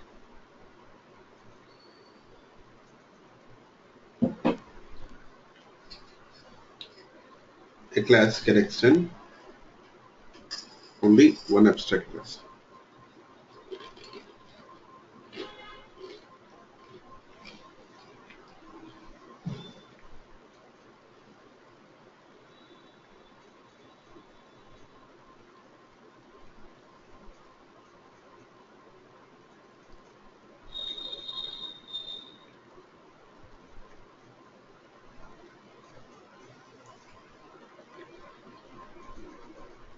But a class can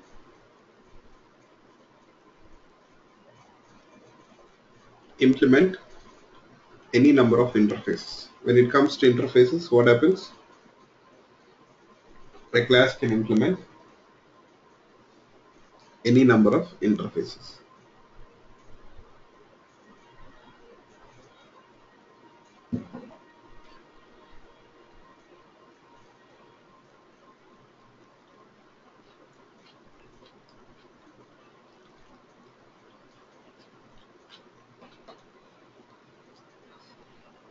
A class can implement any number of interfaces.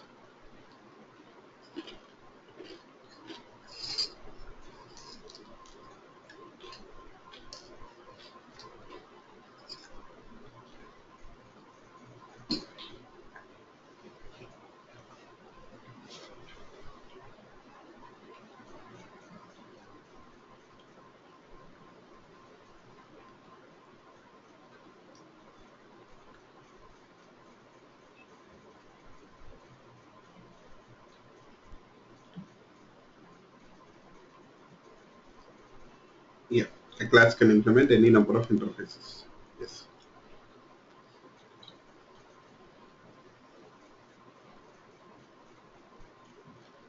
I can say that, when it comes to abstract classes, through the abstract classes, we can share some common code. Through the abstract classes, it is possible to share some common code. That means, for example, if you consider this employee class, in the employee class, we have this common code like, non-static variables. We got constructors, we have non-abstract methods. You see, we can share them across the subclasses, right? All the subclasses will be able to use them. So the common code can be shared among the subclasses or across the subclasses. But do we have such facility or such option for the interfaces? Through the interfaces, can we do that? Through the interfaces, can we do that? Can we share such common code through the interfaces?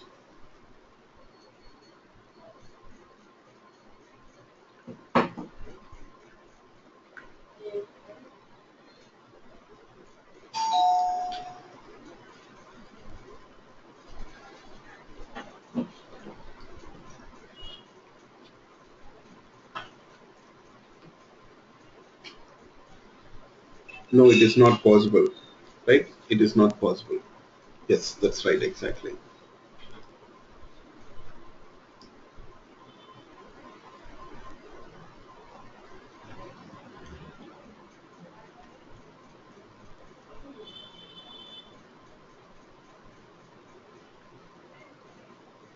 Okay,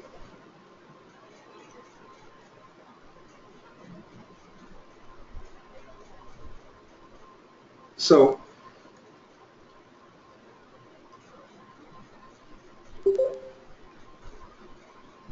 then what we can do with the interface? Yes,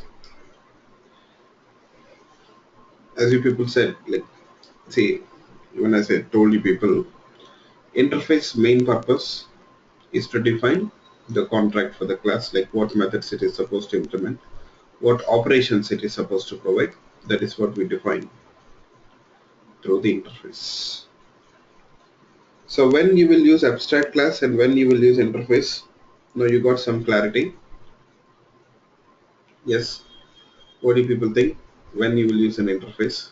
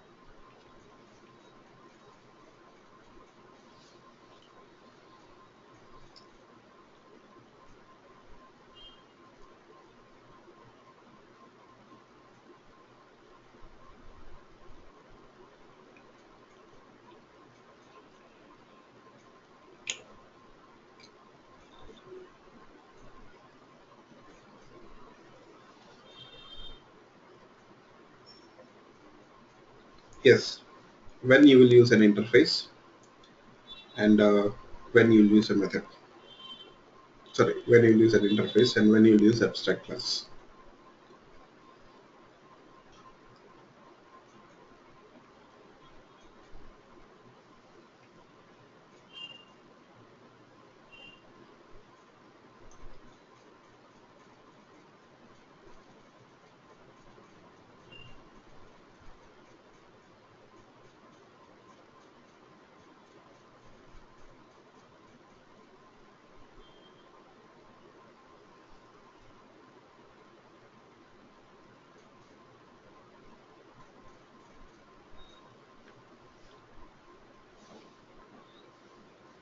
Or you can say when you have some common code to share across the classes, right? through the abstract classes, we can share the common code across the subclasses. Am I right? And of course, so we can leave it. We can just leave the implementation of that functionalities to the subclasses. Yes. But through the abstract classes, we can also share some common code which is not possible through the interfaces. And how do we use interfaces? For specifying the contract for the class. To specify the contract for the class, you can use an interface. So that is the difference between an abstract class and interface. So is it clear for everyone? Anyone got any questions or doubts? Please let me know.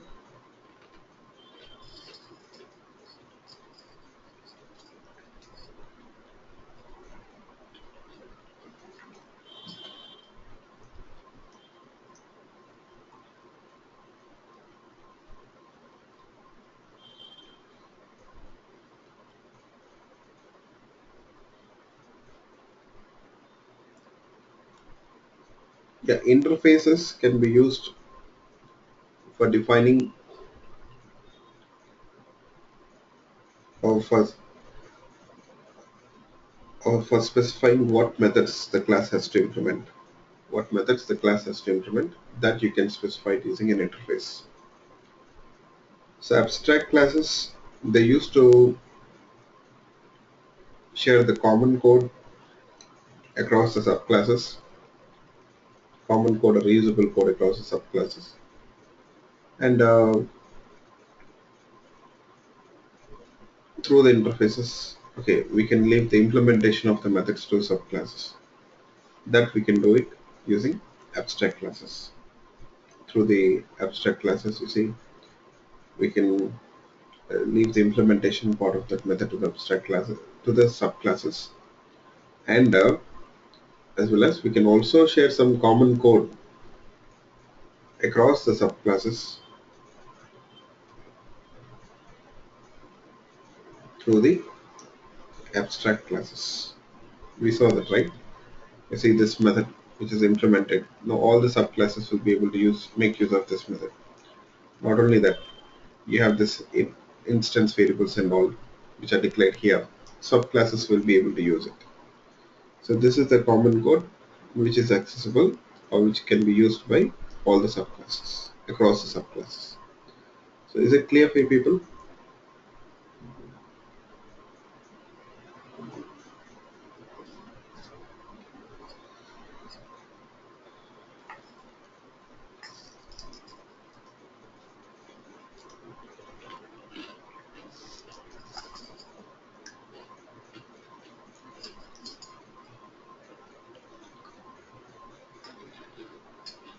Okay.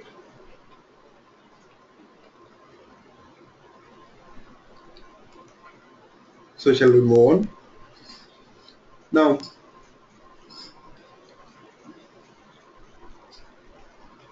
you know what? Interfaces are also used the other way. How they are used, I'll tell you. For suppose, let's say, here there are, I guess, 14 to 15 attendees in the class, excluding me. If you exclude me, there are 14 or 15 attendees. So, for suppose, let's say, I will give you people a task. The task is to implement some functionality. The task is to implement some functionality. Okay. So,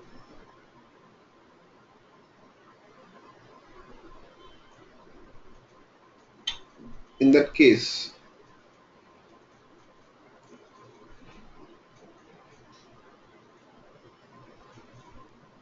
in that case,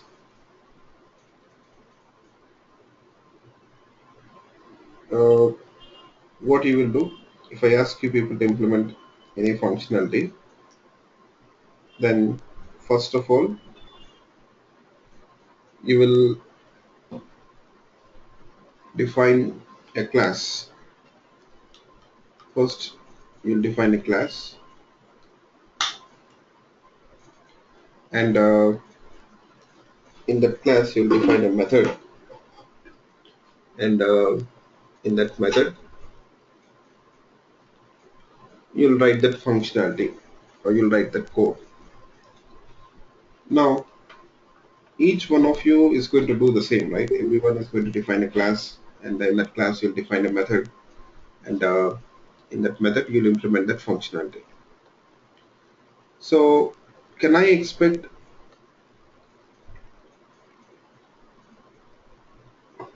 you people to define the method with the same method signature? Can I expect everyone to follow the same method signature, method name, parameter types, even the return type? Can I expect the same from everyone?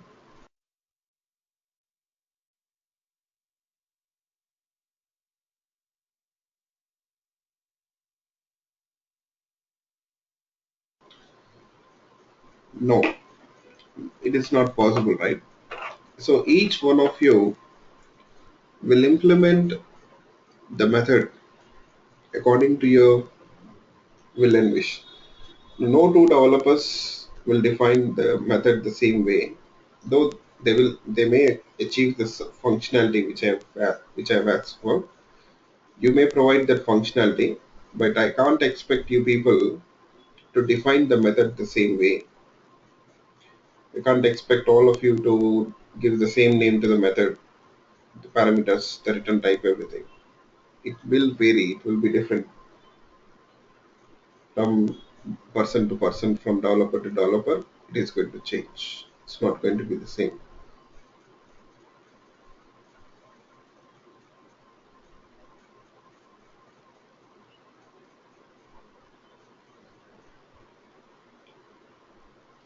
So, but what I want to do is here, I want you people to follow a standard method signature. I want all of you to use the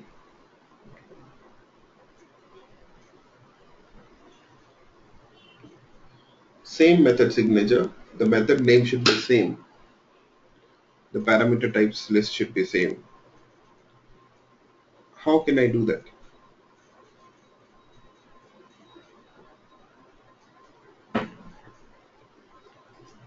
How can I do that?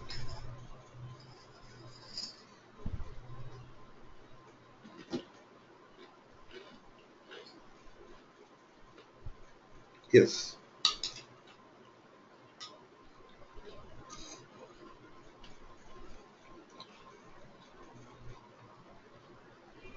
through the interface it is possible.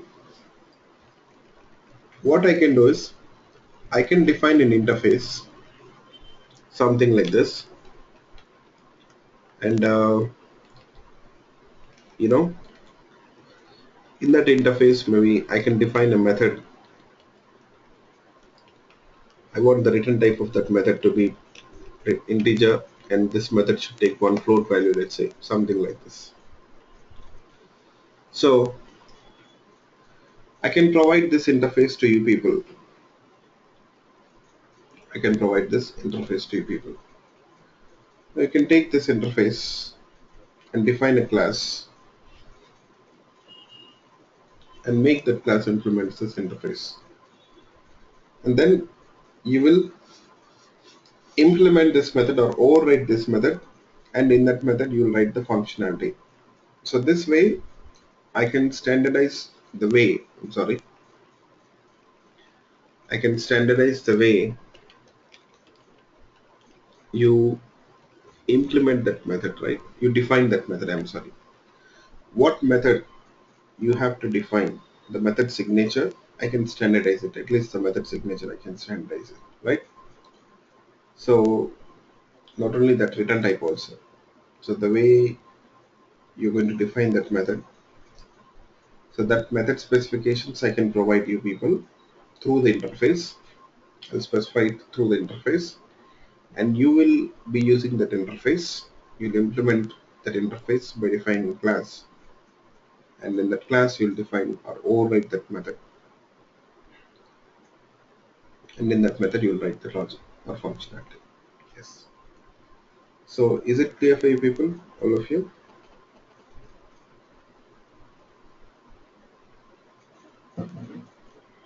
This way, you see, we can provide the method specifications to the others. They can follow that interface. They can follow that method specifications through the interface here.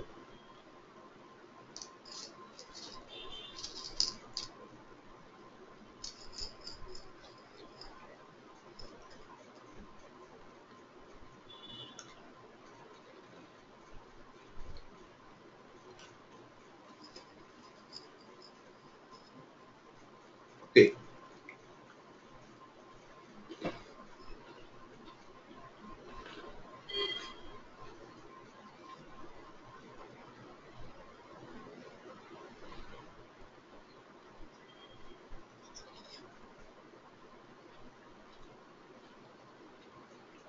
Now,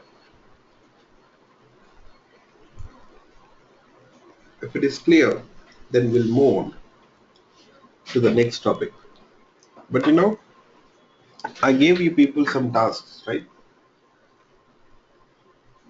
I want you people to use the abstract classes, interfaces concept, try to, you know, refactor that code, modify that code, edit that code, and make sure that you also implement these concepts in that example. Okay, please try to do that. Next, we'll talk about encapsulation. Yes,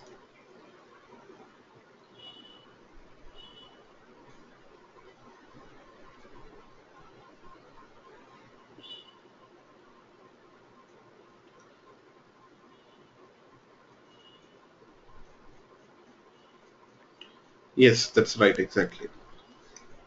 By default, the methods of an interface are public and abstract.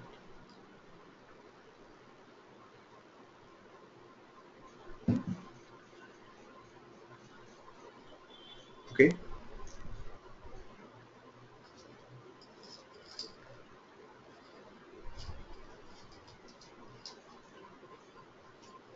so hope you got it. So what is encapsulation? Can you people tell me?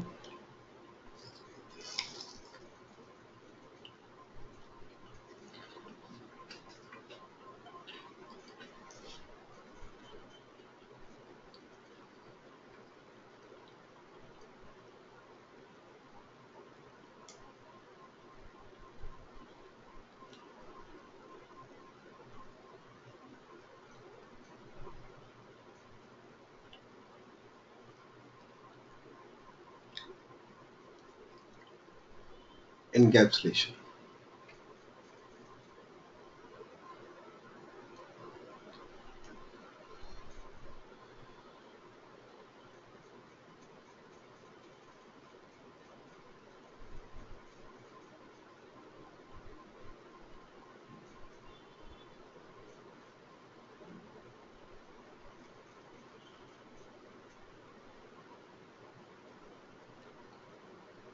Okay, binding of data.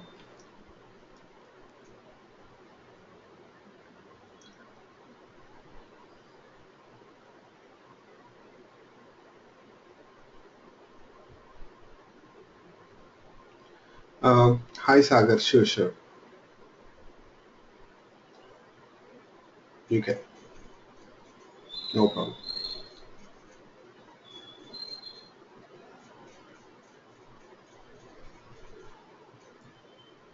Encapsulation is about, just a minute. So no, there is no class. Actually, one announcement for you people. Sunday and this Monday especially, there is no class. Okay, because of long weekend, so I'm not conducting classes on Sunday and Monday. So in US it is long weekend, right? So because of that, there is no class. So Our next class will be on Tuesday again. Just an announcement. I'm not yet done with the class. So our next class will be on Tuesday. So holiday on Sunday and Monday. Only for this weekend. Okay. For next week, from next weekend, we'll only have break on Sunday. Okay. Fine.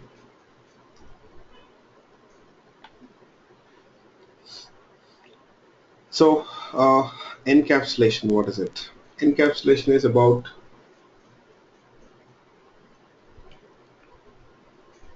encapsulation is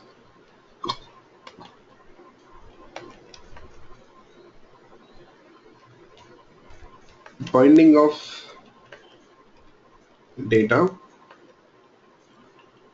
and the code which operates on this data together into a single unit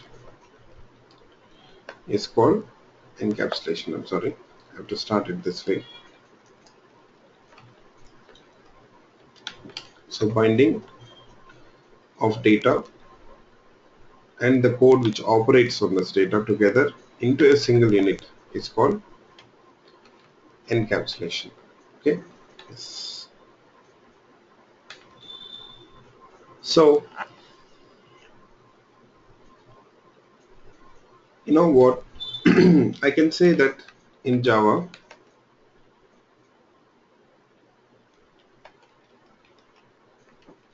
we achieve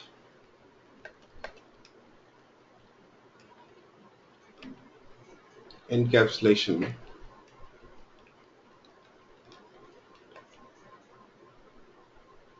through class, or in other words I can say that class is a mechanism through which we can achieve encapsulation in Java. Class is a mechanism through which we can achieve encapsulation in Java. So binding of data and the code which operates on the data, sorry, I guess, and the code which operates on the data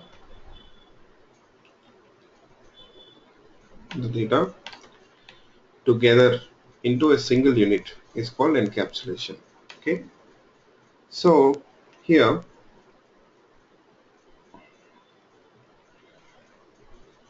when I say data, you know that the data is represented through the variables, right? The variables, they represent, or fields I can say, they represent the data. The fields basically, they represent the data.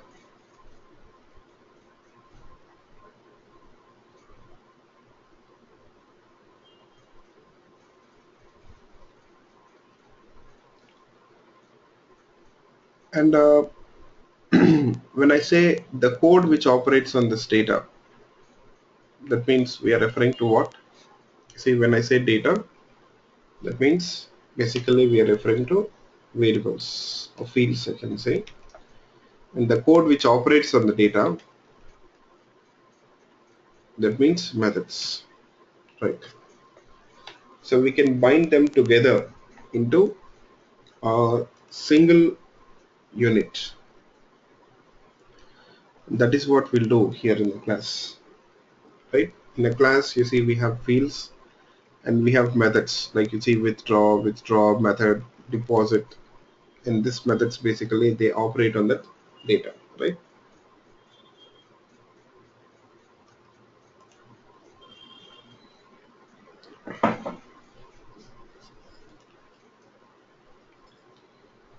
So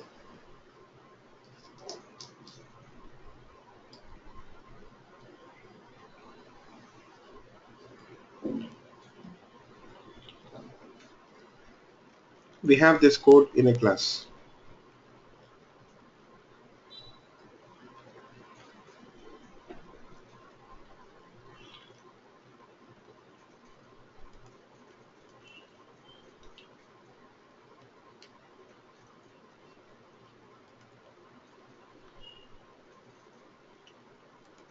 and it is actually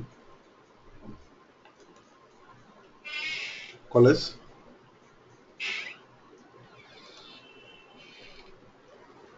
encapsulation.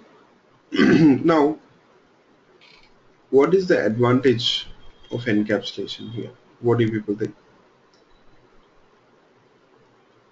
What is the advantage of using encapsulation?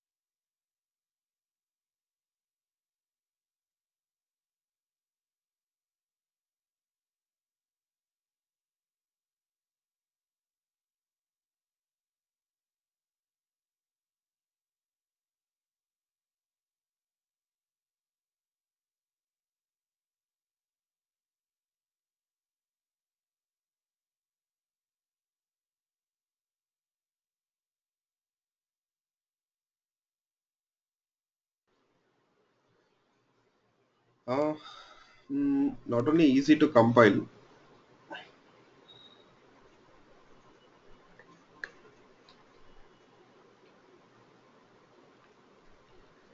but the main advantage of encapsulation is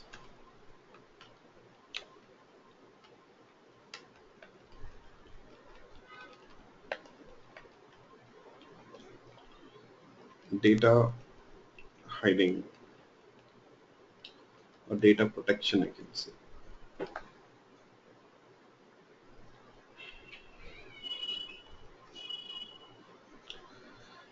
Advantage of encapsulation is data hiding or protection. Yes. How? Let's see. Just a class.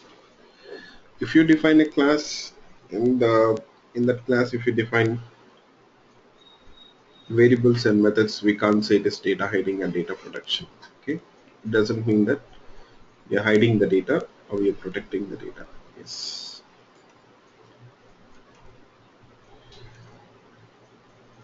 Okay. So there are few things which we need to consider. What are they?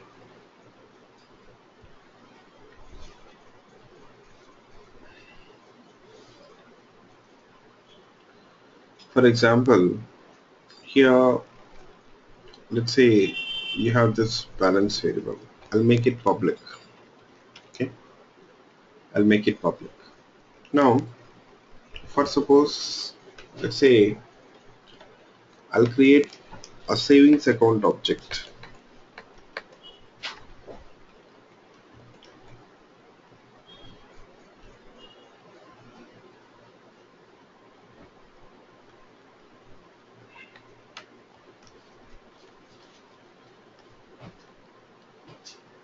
Okay. Now, initially the balance of the savings account object is 5,000. Now, for suppose if I do this, is there any issue here if I do this?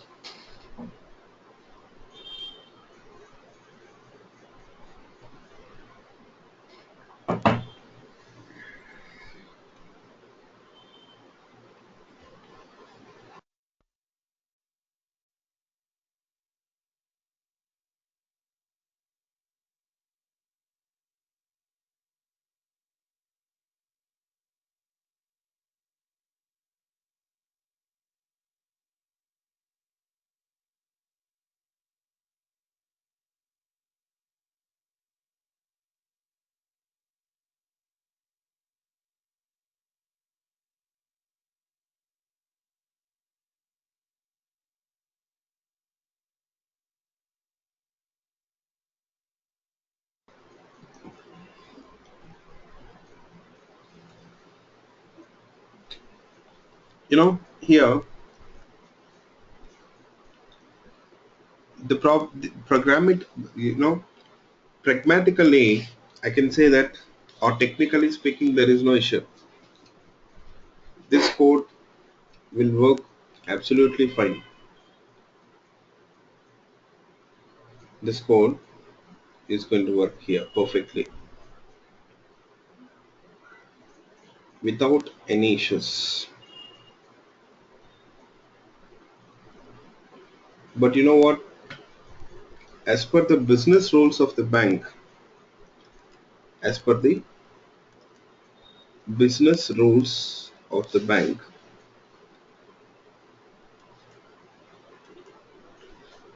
you know what?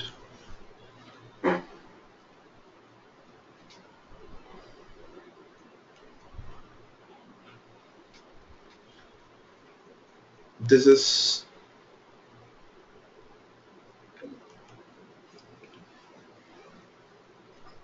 it should not be allowed. According to the business rules of the bank, this should not be allowed. Why so? As per the business rules of the bank, it is an error, I can say. So it should not be allowed. What's the reason? What do you people think? What is the reason?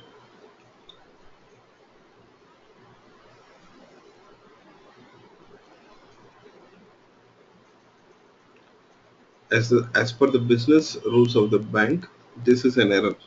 Seriously, it is an error. Though application is not throwing an error, but as per the business rules, it is an error. What's the reason?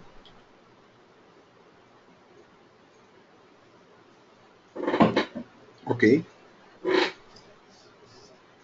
so data fields are exposed. So you're saying it's an error. You know what? Here, when the balance is supposed to be changed,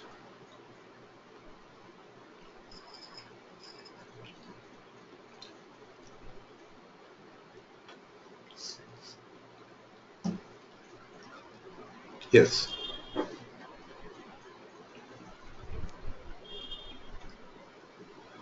you know, the balance of this account is supposed to be changed only when there is only when a transaction is performed on that account object, right? Only when a transaction is performed, the balance of the account is supposed to change. The withdraw, deposit, or pay bills or transfer funds, add some interest. In that case, the balance of that account is supposed to change, right? Yes. But you see, here,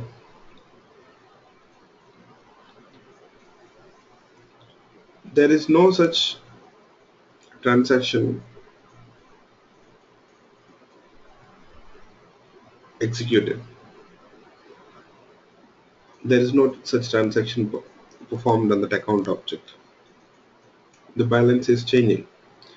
This is definitely against the rules of the bank, right? This should not be allowed, but your programming is allowing us to do this. So the data is exposed, as you people said. The data is not protected. So what to do now? How can we avoid this? How can we avoid this?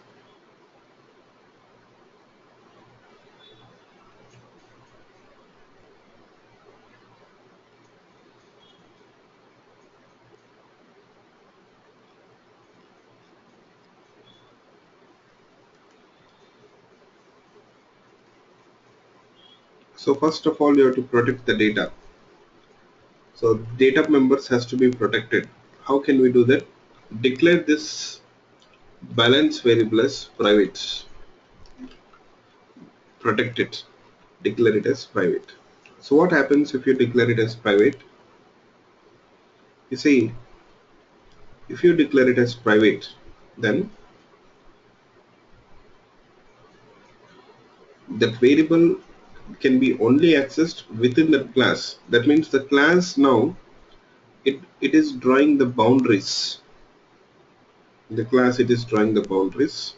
Now here you see that that variable is just visible within that class. The variable is just visible within that class. So outside of the class it is not visible. You see, we'll get an error. It says the field savings account data balance is not visible.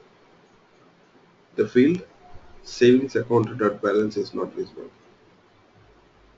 It's not visible. Now you cannot do this. You cannot access it. How to operate on the how to operate that variable now? How can we access that variable and operate on that variable? What do you people think?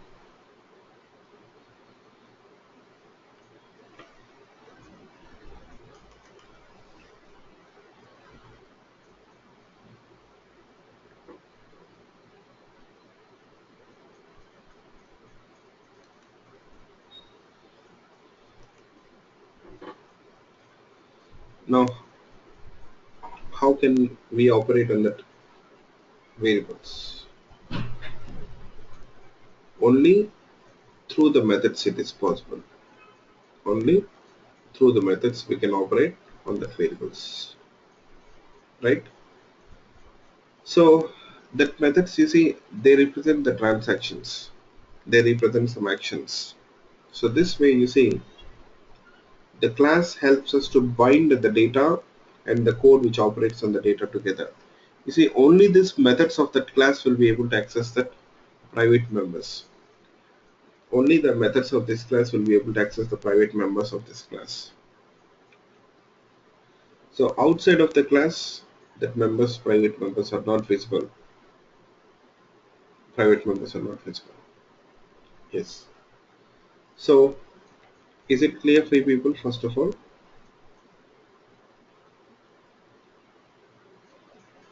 So hope everyone got it. Yeah. So this way, class helps us to bind the data and the code together, so that you see within this boundaries of the class, within the class we can operate on the data, we can manipulate the data without exposing the data. Yes. Now the data is protected. Okay. So the next thing is here we have a specification especially defined for this encapsulation concept, that is Java beans. We have a Java bean specification. Next thing we have to talk about associations.